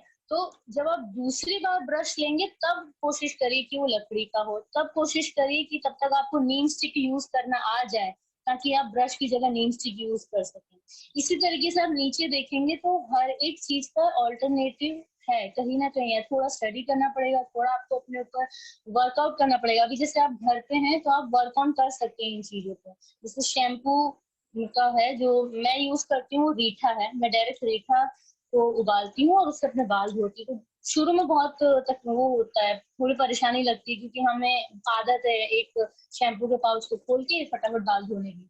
थोड़ा हमारा जो है टाइम इन्वेस्टमेंट चेंज हो जाएगा कि कहाँ आपको कितना टाइम देना है, ये आपकी समझ में आएगा कि हाँ ये चीज इंपॉर्टेंट है, ये चीज नेसेसरी, यहाँ मुझे टाइम देना चाहिए और इससे ये इम्पैक्ट होगा। इसलिए मैंने आपको पहले कहा था कि हमें इन चीजों में डिफ्रेंशिएट करना पड़ेगा, नेसेसरी और अननेसेसरी जो हमारे आइटम्स हैं उनमें। उसी तरीके से आप चीजों को रिसाइकिल रीयूज कर सकते हो। मोस्टली मैं अपनी लाइफस्टाइल में रीयूज ही करती हूँ। जो जो मेरे पास प्लास्टिक आइटम ऑलरेडी होता है, कोशिश करती हूँ कि बाहर से कोई प्लास्टिक आइटम ना आए। तो यहाँ पे मैं कुछ पिक्चर्स आपके साथ शेयर कर रही हूँ जिसमें मैंने चीजों को रीयूज किया है, चाहे वो फैब्रिक हो। देखिए फैब्रिक बहुत ज्यादा वेस्ट प्रोड्यूस करता है, सिर्फ पानी को पोल्यूट नहीं करता। वो फैब्रिक जब लैंडफिल में जाता है उसमें से काफी ज्यादा हैजार्डस केमिकल निकलते हैं, और जब ये सारे वेस्ट को जलाया जाता है तो उसमें थोड़ा बहुत जो कंट्रीब्यूशन है हार्मफुल गैसेस के अलावा मर्क्यूरी का भी निकल के अब सामने आया है। तो मर्क्यूरी काफी ज्यादा हार्मफुल एलिमेंट है, तो उसका वेस्ट से जनरेट होना एक रिसर्च पॉइंट से जब निकल के आया, तो ये बहुत ज्यादा इम्पोर्टेंट है इस समय हमारे समझना कि हम ऐसे वेस्ट को डंप यार्ड में जाने ही ना दें जो जलने के बाद ऐसे हार्मफुल गैसेस या एलिमेंट को रिलीज कर रहे हैं।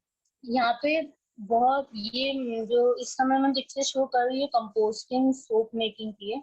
कंपोस्ट से आप अपने घर पे ही रहकर, इस समय हम लॉकडाउन में हैं, आप घर पे रहकर अपना जो वेट वेस्ट है, जो सबके घर में कम से कम 50% से होता है, मतलब अगर आप अपने घर का वेस्ट सेग्रीगेट करोगे तो उसमें से आपका 50 से 60% जो वेस्ट है वो वेट वेस्ट होगा, जिसको आप घर पे ही रह के एक कंपोस्ट के रूप में बदल सकते हैं। तो ये बहुत आसान होता है, आप घर पे ये कोशिश कर सकते हैं। इसी तरीके से मैंने इको ब्रिक बनाना शुरू किया था, जिससे मैंने ये एक स्टूल बनाया है अपने लिए। और इन इको ब्रिक्स को बनाना बहुत आसान है। आप जो भी प्लास्टिक यूज करते हैं इसमें आपको टाइटली फिट करना होता है, फिर बाद में आप उससे कोई भी स्ट्रक्चर बना सकते हैं। और अब ऐसी संस्थाएं भी आगे आ रही हैं जो इन इको ब्रिक्स को कलेक्ट करती हैं। तो अगर आप बनाते बहुत सारे एक्टिव बॉटल हो जाती है, आपको ये कि अब मैं इनका क्या करूँ, तो आप उनसे संपर्क करके उनको भी ये बॉटल दे सकते हैं। वो लोग आगे इनको कंस्ट्रक्शन पर्पस के लिए यूज करते हैं। इसको प्लास्टर स्टोन भी कहा जाता है। देखिए जो प्लास्टिक होता है उस पे ना एक नंबर लिखा रहता है, जितना उसका नंबर ज्यादा होता है आप समझिए कि उसको रिसाइकिल करना उतना ही मुश्किल होता है, ठीक है। उसमें उतना ही ज्यादा समय लगता है, उतनी ही ज्यादा उसकी टेक्निक हार्ड होती है, और इसीलिए ज्यादातर वो लैंडफिल पे पड़ा रहता है, उसका कुछ हो नहीं पाता, क्योंकि रिसाइकलिंग जो प्रोसेस है बहुत ज्यादा टफ है। तो अगर आप यहाँ प्लास्टिक के नंबर देखेंगे 1 to 7 में है, ज्यादातर यूज में आने वाला 4 है हमारा, जो 4 नंबर का, क्योंकि हम पॉली बैग और ये सब ज्यादा यूज करते हैं। तो इसका ऑल्टरनेटिव सिंपल है कि हम कपड़े का थैला अपना यूज में लाएं।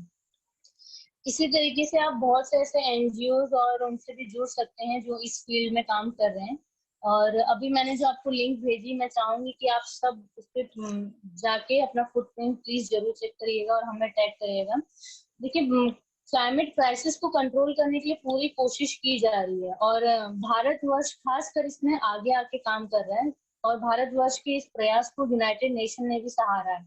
और पिछले वर्षों में ये पाया गया है कि भारत में कई नई स्पीशीज की खोज हुई है, फिर चाहे वो फौना सिस्टम हो या फ्लोरा सिस्टम हो। यदि हम अपनी लाइफस्टाइल में चीजों का पर्पस समझ जाएं कि इसका पर्पस क्या है, तो हम कई हद तक वेस्टेज को रिड्यूस कर सकते हैं। तो जैसे मैंने सबसे पहले कहा था, नेसेसरी और अननेसेसरी चीजों में डिफरेंशिएट हमें करना होगा। और मुझे ये बताते हुए भी काफी खुशी हो रही है कि प्रोफेसर MM गोयल सर, मैं भी कुरुक्षेत्र यूनिवर्सिटी से ही पोस्ट ग्रेजुएट हूँ, तो आपको सुनकर मुझे काफी अच्छा लगा, और एक बार फिर वही कुरुक्षेत्र वाला माहौल फिर से आ गया ध्यान में। और इसी तरीके के और इनिशिएटिव लेकर एसएफडी और एबीवीपी अवध प्रांत आता रहता है। आप सब हमसे जुड़ते रहिएगा और यहाँ पे जुड़ने का आप सबका बहुत बहुत धन्यवाद। आपका बहुत बहुत आभार गरिमा जी। आपने जितनी सरल भाषा में हमें हमारी प्रतिदिन की गतिविधियों में प्लास्टिक यूजेज और पर्यावरण फ्रेंडली होना बताया, उसके लिए हम आपका आभार व्यक्त करते हैं। और हम सभी का प्रयास रहेगा कि आपने जो चीजें बताई उन्हें हम अपने प्रतिदिन की गतिविधियों में सम्मिलित करें। अब हमारे जो भी श्रोता जुड़े हैं वो अपने प्रश्न हमारे वक्ताओं के समक्ष रख सकते हैं। जिनके भी प्रश्न हो कृपया पहले अपना वीडियो ऑन करें। आप हैंड रेज कर लें, एक एक करके we'll call out the names.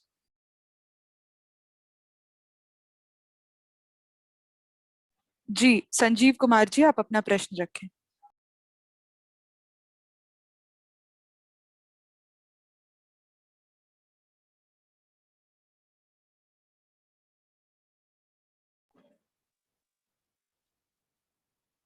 Sanjeev ji, आपने हैंड रेज किया हुआ है, आप कृपया अपना प्रश्न रखें।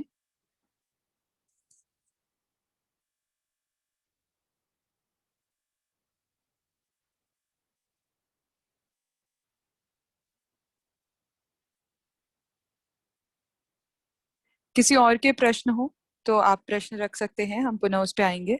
जिन्होंने चैट बॉक्स में भी भेजे थे, they are free to ask questions directly to the speakers.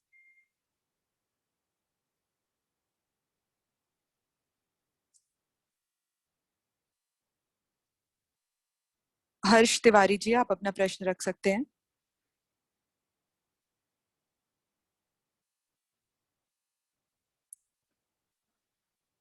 कृपया बोलने से पहले अनम्यूट करने का ध्यान रखें।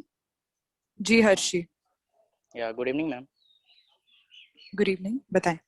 मैम मेरा क्वेश्चन ये था कि जैसे हम प्लास्टिक अगर यूज रिड्यूस करते भी हैं, तो जैसे अगर हम लोग इनिशिएटिव भी लेते हैं, तो जैसे जो सोसाइटी, अरे तुम क्या कर लोगे यार, ठीक है ना, एक प्लास्टिक बैग से क्या होता है, तो इस टाइप की मेंटेलिटी को कैसे फेस किया जाए? गरिमा जी, आप काफी लंबे समय से प्लास्टिक का उपयोग नहीं कर रहे अपने जीवन में। हम चाहेंगे कि आप इनके प्रश्न का उत्तर दें। जी, तो ऐसे प्रश्नों को टैकल करने के लिए आप उनसे सीधा ये कह सकते हैं कि एक प्लास्टिक बैग है, यही सोचकर 8 मिलियन लोगों ने प्लास्टिक बैग फेंका था और आज 8 मिलियन, इनफैक्ट अब ये रेशियो, अब ये नंबर बिलियन में पहुंच चुका है। अब 8 बिलियन प्लास्टिक वेस्ट ऑलरेडी हो चुका है। अगर ऐसा ही 8 बिलियन लोगों ने सोचा होता कि हमें नहीं फेंकना चाहिए, तो शायद वो वेस्ट वहां नहीं जाता। तो एक प्लास्टिक बैग से या एक टूथब्रश से बहुत फर्क पड़ता है, ये आप उन्हें समझा सकते हैं। जी धन्यवाद। अगला डॉक्टर जितेंद्र कुमार जी, कृपया अनम्यूट करें और अपना प्रश्न रखें। मैम मैं पूछना चाहता हूँ एक बात, जैसे आप प्लास्टिक की बात कर रहे हो, एक्चुअली जो मेन प्रॉब्लम काज रूट जो है वो प्लास्टिक का बनना है। ये जो प्लास्टिक बनता है ये किन लोगों, कौन कौन लोग हैं ये जो ये बनाते हैं और मार्केट में बेचते हैं? अगर ये बेस रूट से बनना बंद हो जाता है तो फिर ये प्लास्टिक का झगड़ा ही खत्म हो जाएगा। क्या इसके लिए हम कुछ नहीं कर सकते?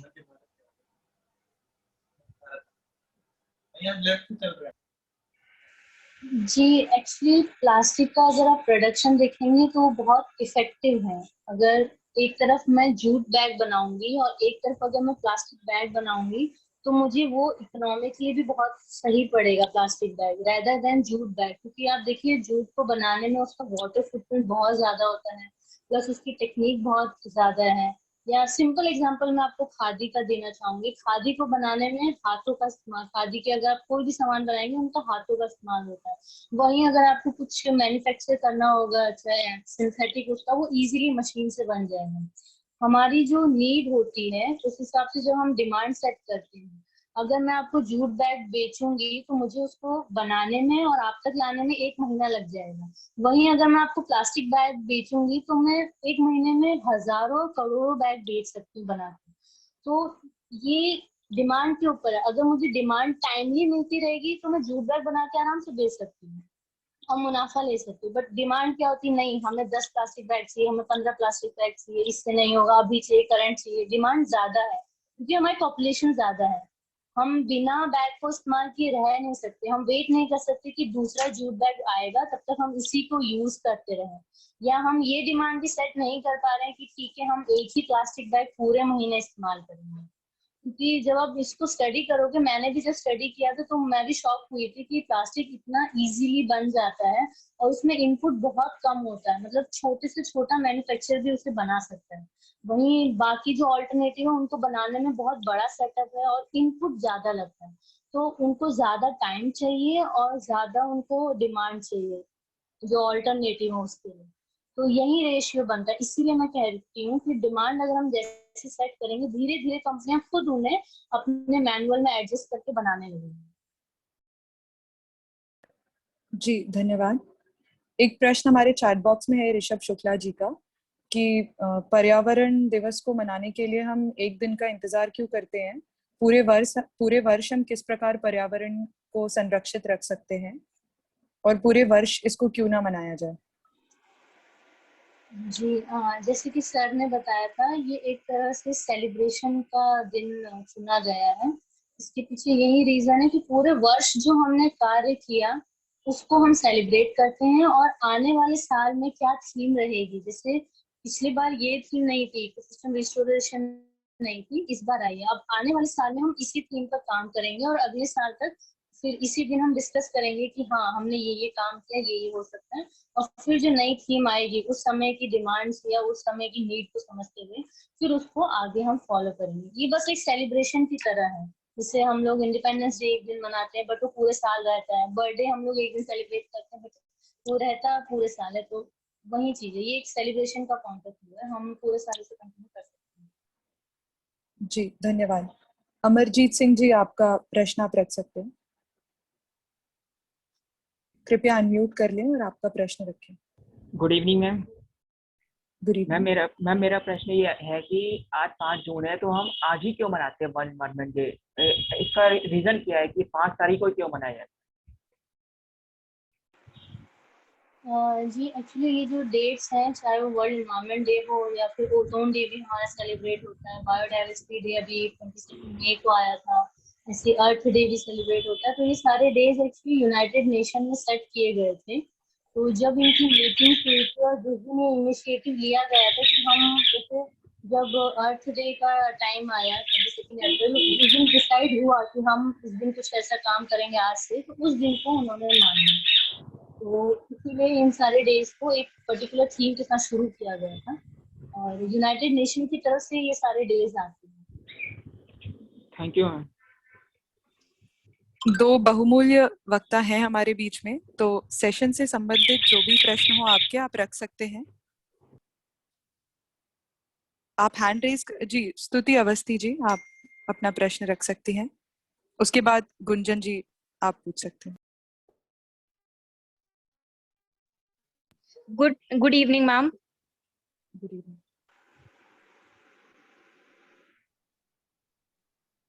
गुड इवनिंग जी। स्तुति जी, वेरी गुड मेरा इवनिंग, क्वेश्चन बताएं। मैम मेरा क्वेश्चन ये है कि मैम हम पेड़ों को कट करते हैं, तो हम पेड़ों को इसलिए कट करते हैं कि जिससे हम बहुत सारे इंफ्रास्ट्रक्चर वर्क करते हैं। पेड़ों को कट करने से हमें बहुत सारी चीजों में फायदा मिलता है, जैसे कि हम अपनी इकोनॉमिक एक्टिविटीज के लिए करते हैं, डैम्स बनाने के लिए करते हैं, बट इससे कहीं ना कहीं हमारा पॉल्यूशन भी इफेक्ट करता है। तो मैम हम ऐसे क्या मेजर्स लें जिससे हमारी इकोनॉमिक एक्टिविटी भी चलती रहे और हमारा जो एनवायरमेंट है वो भी मैम सेफ रहे? जी, इसके लिए जो ज्यादातर सुझाया जाता है वो सस्टेनेबल डेवलपमेंट का कॉन्सेप्ट सुझाया जाता है कि हम अगर हमें ऐसी कोई एक्टिविटी करनी है तो पहले हम उस एरिया को अच्छी तरह उसका एनालिसिस करें कि यहाँ पे अगर कुछ कंस्ट्रक्शन होता है उसका इम्पैक्ट एनवायरनमेंट पे कैसे होगा या उसको कंट्रोल करने के लिए हम कितना कुछ कर सकते हैं। जैसे अगर कहीं पे डैम बन रहा है, वहाँ पेड़ कटने जरूरी है क्या, हम किसी और तरीके से कंस्ट्रक्शन कर सकते हैं क्या। बट हमारा क्योंकि जो इंडिया का जो जियोग्राफिकल स्ट्रक्चर है वो ऐसा ही है, क्योंकि हम हमारा 2% का लैंड एरिया है, उसमें आधे से ज्यादा जो एरिया है वो कोस्टल रीजन है, फिर बचा हुआ हमारा एग्रीकल्चर लैंड। तो ऐसे में जो भी लैंड बचेगा वहां पे आपको पेड़ मिलना एक कॉमन सी चीज है। तो इसीलिए जब वहां पे कंस्ट्रक्शन होता है तो सबको ऐसा होता है कि यार पेड़ कटते हैं, अब हम कैसे बचाएं, क्या कर सकते हैं। बट वो हमारी ज्योग्राफी की वजह से। बट सबसे पहले हमें उसका ऑल्टरनेटिव ढूंढना चाहिए। अगर ऑल्टरनेटिव नहीं मिल पाता है तभी उस पे हमें काम करना चाहिए। और फिर जो भी हमारा उसका मेजर निकलता है, ये EIA का भी प्रोसीजर है कि उसके लिए क्या वो इंडस्ट्री या क्या वो प्रोजेक्ट सेटअप कर रहा है जो एनवायरमेंट पे इम्पैक्ट होंगे, उसके एनालिसिस के बाद उन्हें अप्रूवल दिया जाता है कंस्ट्रक्शन या फिर कोई भी एक्टिविटी कंडक्ट करने के लिए। But as a common man हमें उसको जाके स्टडी करना चाहिए, और अगर वहाँ पे कुछ गलत हो रहा है उसको अपोज करना चाहिए। क्योंकि पेड़ों को काटना बहुत आसान होता है, बट उन्हें लगाकर फिर से मतलब उसी लेवल तक पहुंचाने में बहुत साल गुजर जाते हैं। तो हमें अपना एक अवेयरनेस रखना चाहिए सबसे पहले। धन्यवाद दीदी। गुंजन जी, आप अपना प्रश्न रख सकते हैं। Good evening ma'am. Very good evening. Ma'am मेरा एक्चुअली क्वेश्चन था, जो जैसे आपने आज कंजप्शन के बारे में बताया, अगर हमें ये जो यूथ है, अगर जैसे हमारे जो प्राइमरी स्कूल में जो बच्चे हैं, जैसे उनको अभी इस साल कुछ ऐसा हुआ है कि स्टडी में नहीं आ रहा है उनको पढ़ने में, अब हमें अगर उन्हें ये नॉलेज देनी हो अबाउट कंजप्शन और प्लास्टिक, तो ये नॉलेज हम जो स्मॉल किड्स होते हैं या जो प्राइमरी स्कूल्स के बच्चे हैं, हम उनको ये नॉलेज कैसे पहुंचाएं? सर ने, क्योंकि हमारे आपके जैसे लाखों विद्यार्थियों को शिक्षा प्रदान की है, तो सर से आग्रह रहेगा कि सर आप गुंजन जी के प्रश्न का उत्तर दें कि वो अगर उन तक अपनी बात पहुंचाना चाह रही हैं तो वो किस प्रकार से पहुंचा सकती हैं।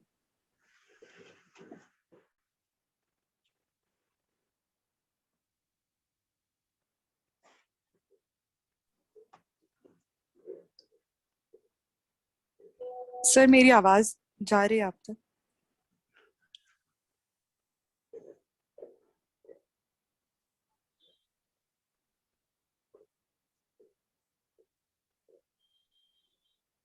शायद सर तक हमारी आवाज नहीं पहुंच रही है।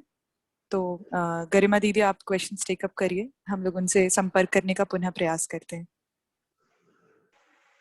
जी गुंजन जी, अवेयरनेस के थ्रू ये हो सकता है। और अभी लॉकडाउन हमारे पास ऐसा टाइम है जिसमें हम ऐसे वेबिनार क्रिएट कर सकते हैं और डायरेक्टली बच्चों से जुड़ सकते हैं स्कूल्स और कॉलेजेस में जाके। अगर आप अपने लेवल पे करना चाहें तो आप NGOs के साथ जुड़ के भी काम कर सकते हैं। बट एक जनरल अवेयरनेस के लिए जब हम बात करने बैठते हैं तो उनको छोटी छोटी चीजों में ये बात समझा सकते हैं कि ये चीजें इम्पैक्ट करती है एनवायरनमेंट पे, तो इसको हम ना करें। जैसे अगर घर पे आप बात कर रहे हैं, होम स्कूलिंग की बात कर रहे हैं, अगर बड़े लेवल पे आपको अवेयरनेस क्रिएट करनी, तो आप जब अपने में कोई चेंज लाएं तो उसको आप बताइए अपने साथ जो स्टूडेंट्स हैं उनको, या उनके नोन में जो स्टूडेंट्स हैं उनको, ताकि उन्हें पता चले कि हाँ ये चेंज पॉसिबल है और इससे ये इम्पैक्ट आ रहा है। तो मेरे ख्याल से जब हम खुद में चेंज करेंगे, जैसे चैट बॉक्स में भी एक ने कहा है कि टिश्यू पेपर यूज करने से बहुत ज्यादा पेड़ को नुकसान होता है अगर हम उसे यूज ना करें, तो ये हम खुद से शुरू करेंगे और इसका इम्पैक्ट आगे सबके साथ शेयर करेंगे, तो आई थिंक वो पॉसिबल है। सोशल मीडिया के टाइम पे ये बहुत इम्पैक्टफुल होता है शेयरिंग। और आपने मतलब जो आज अभी ये नॉलेज दी, ये सस्टेनेबल डेवलपमेंट गोल्स और इनके बारे में, तो ये हम काफी बड़े लेवल पे जाके ही पढ़ पाते हैं। मतलब अगर अभी मैं 10th या 9th 8th जो कि हमारा स्कूलिंग लेवल है, अगर वहां पे मैं ये चीज डिस्कस करूं तो आधे बच्चों को डाउट हो जाता है कि ये क्या चीज है। तो आई थिंक हमें इन चीजों को, एनवायरनमेंट को लो लेवल पे भी शुरू करना चाहिए। जो हमारी 5th है, 8th क्लास है या 10th 12th है, उसमें भी हमें एनवायरनमेंट सब्जेक्ट इंट्रोड्यूस करना चाहिए। ये चीजें उन्हें स्टार्टिंग से बतानी चाहिए ताकि उनमें ये नॉलेज रहे।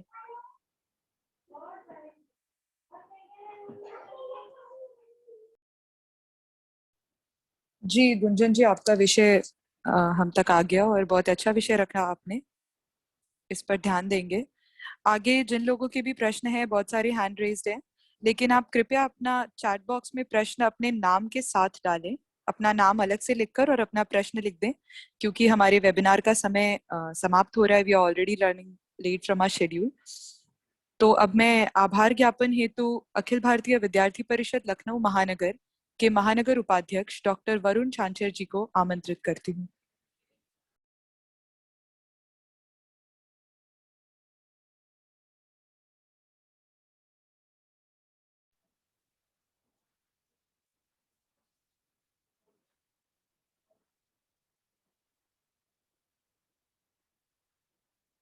डॉक्टर वरुण छांचर जी।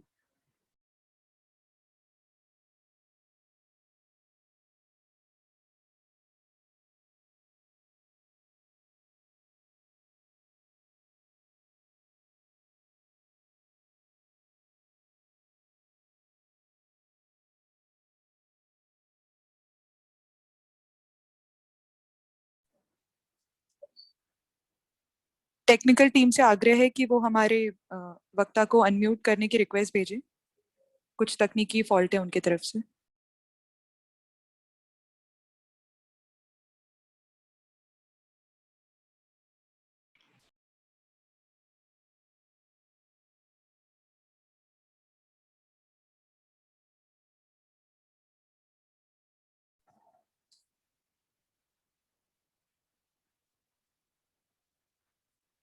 Sir, kindly unmute.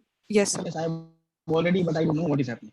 Now, धन्यवाद अपर्णा जी। आज बहुत महत्वपूर्ण दिन है, आज पर्यावरण दिवस है और इस अवसर पर हमारे दोनों वक्ताओं ने हमें बहुत महत्वपूर्ण विषयों के बारे में बताया और जिससे हमको बहुत कुछ सीखने को मिला। मैं हृदय से आभार व्यक्त करना चाहता हूं प्रोफेसर MM गोयल जी का। आप पूर्व कुलपति हैं जगन्नाथ विश्वविद्यालय जयपुर के।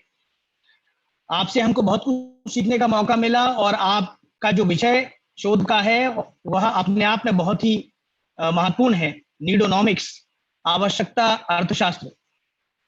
क्योंकि मैं भी लॉ पढ़ाता हूं और एनवायरमेंट लॉ पढ़ाता हूं, तो मैं समझ सकता हूं कि जो इंट्रा जनरेशनल इक्विटी है और सस्टेनेबल डेवलपमेंट है और ऑप्टिमम यूटिलाइजेशन ऑफ रिसोर्सेज है, these are all very important kind of criterions.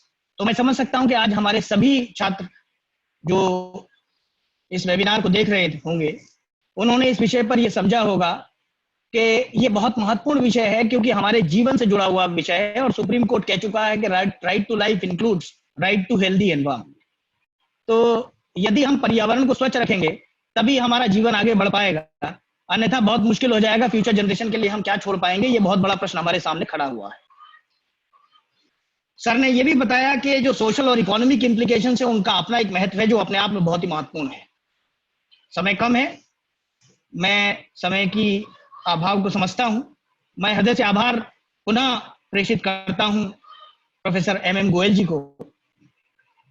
मैं गरिमा उप्रेती जी का भी हृदय से आभार व्यक्त करता हूं, जो आप हमारी संयुक्त सचिव हैं अखिल भारतीय विद्यार्थी परिषद की अवध प्रांत से, शोध छात्रा हैं लखनऊ विश्वविद्यालय में, एडवोकेट रही हैं UN ग्लोबल स्कूल की। आपका जो विषय है वो अपने आप में बहुत ही महत्वपूर्ण है जब हम पर्यावरण के विषय में बात करते हैं, और खासकर क्योंकि इस बार थीम जो है वो इकोसिस्टम रेस्टोरेशन है। और आपने जैसा बताया कि रिसाइकलिंग और प्लास्टिक का यूसेज अपने आप में एक बहुत महत्वपूर्ण विषय है जिस पर काम करने की आवश्यकता है। तो मुझे लगता है कि हम सब लोग अपने जीवन में minimum and optimum use of plastic को अपने जीवन में उसका पालन करने का प्रयास करेंगे। आपका उद्बोधन बहुत ही सहायक है पर्यावरण विषय को समझने में। मैं हृदय से आपका आभार व्यक्त करता हूं। कोई भी फंक्शन, कोई भी इंटेलेक्चुअल एंडेवर अपने आप में पूरा नहीं होता जब तक संगठन के सभी उन लोगों का जिन्होंने इसमें अपना अविस्मरणीय योगदान दिया है उनको धन्यवाद ना दिया जाए। मैं हृदय से आभार व्यक्त करना चाहता हूं श्री घनश्याम शाही जी का। आप प्रांत संगठन मंत्री हैं अखिल भारतीय विद्यार्थी परिषद के। मैं शांभावी तोमर जी का हृदय से आभार व्यक्त करना चाहता हूं, आप केंद्रीय कार्य समिति सदस्य हैं। मैं हृदय से डॉक्टर गोविंद जी, आप उपाध्यक्ष अवध प्रांत अखिल भारतीय विद्यार्थी परिषद है, आपका आभार व्यक्त करता हूं।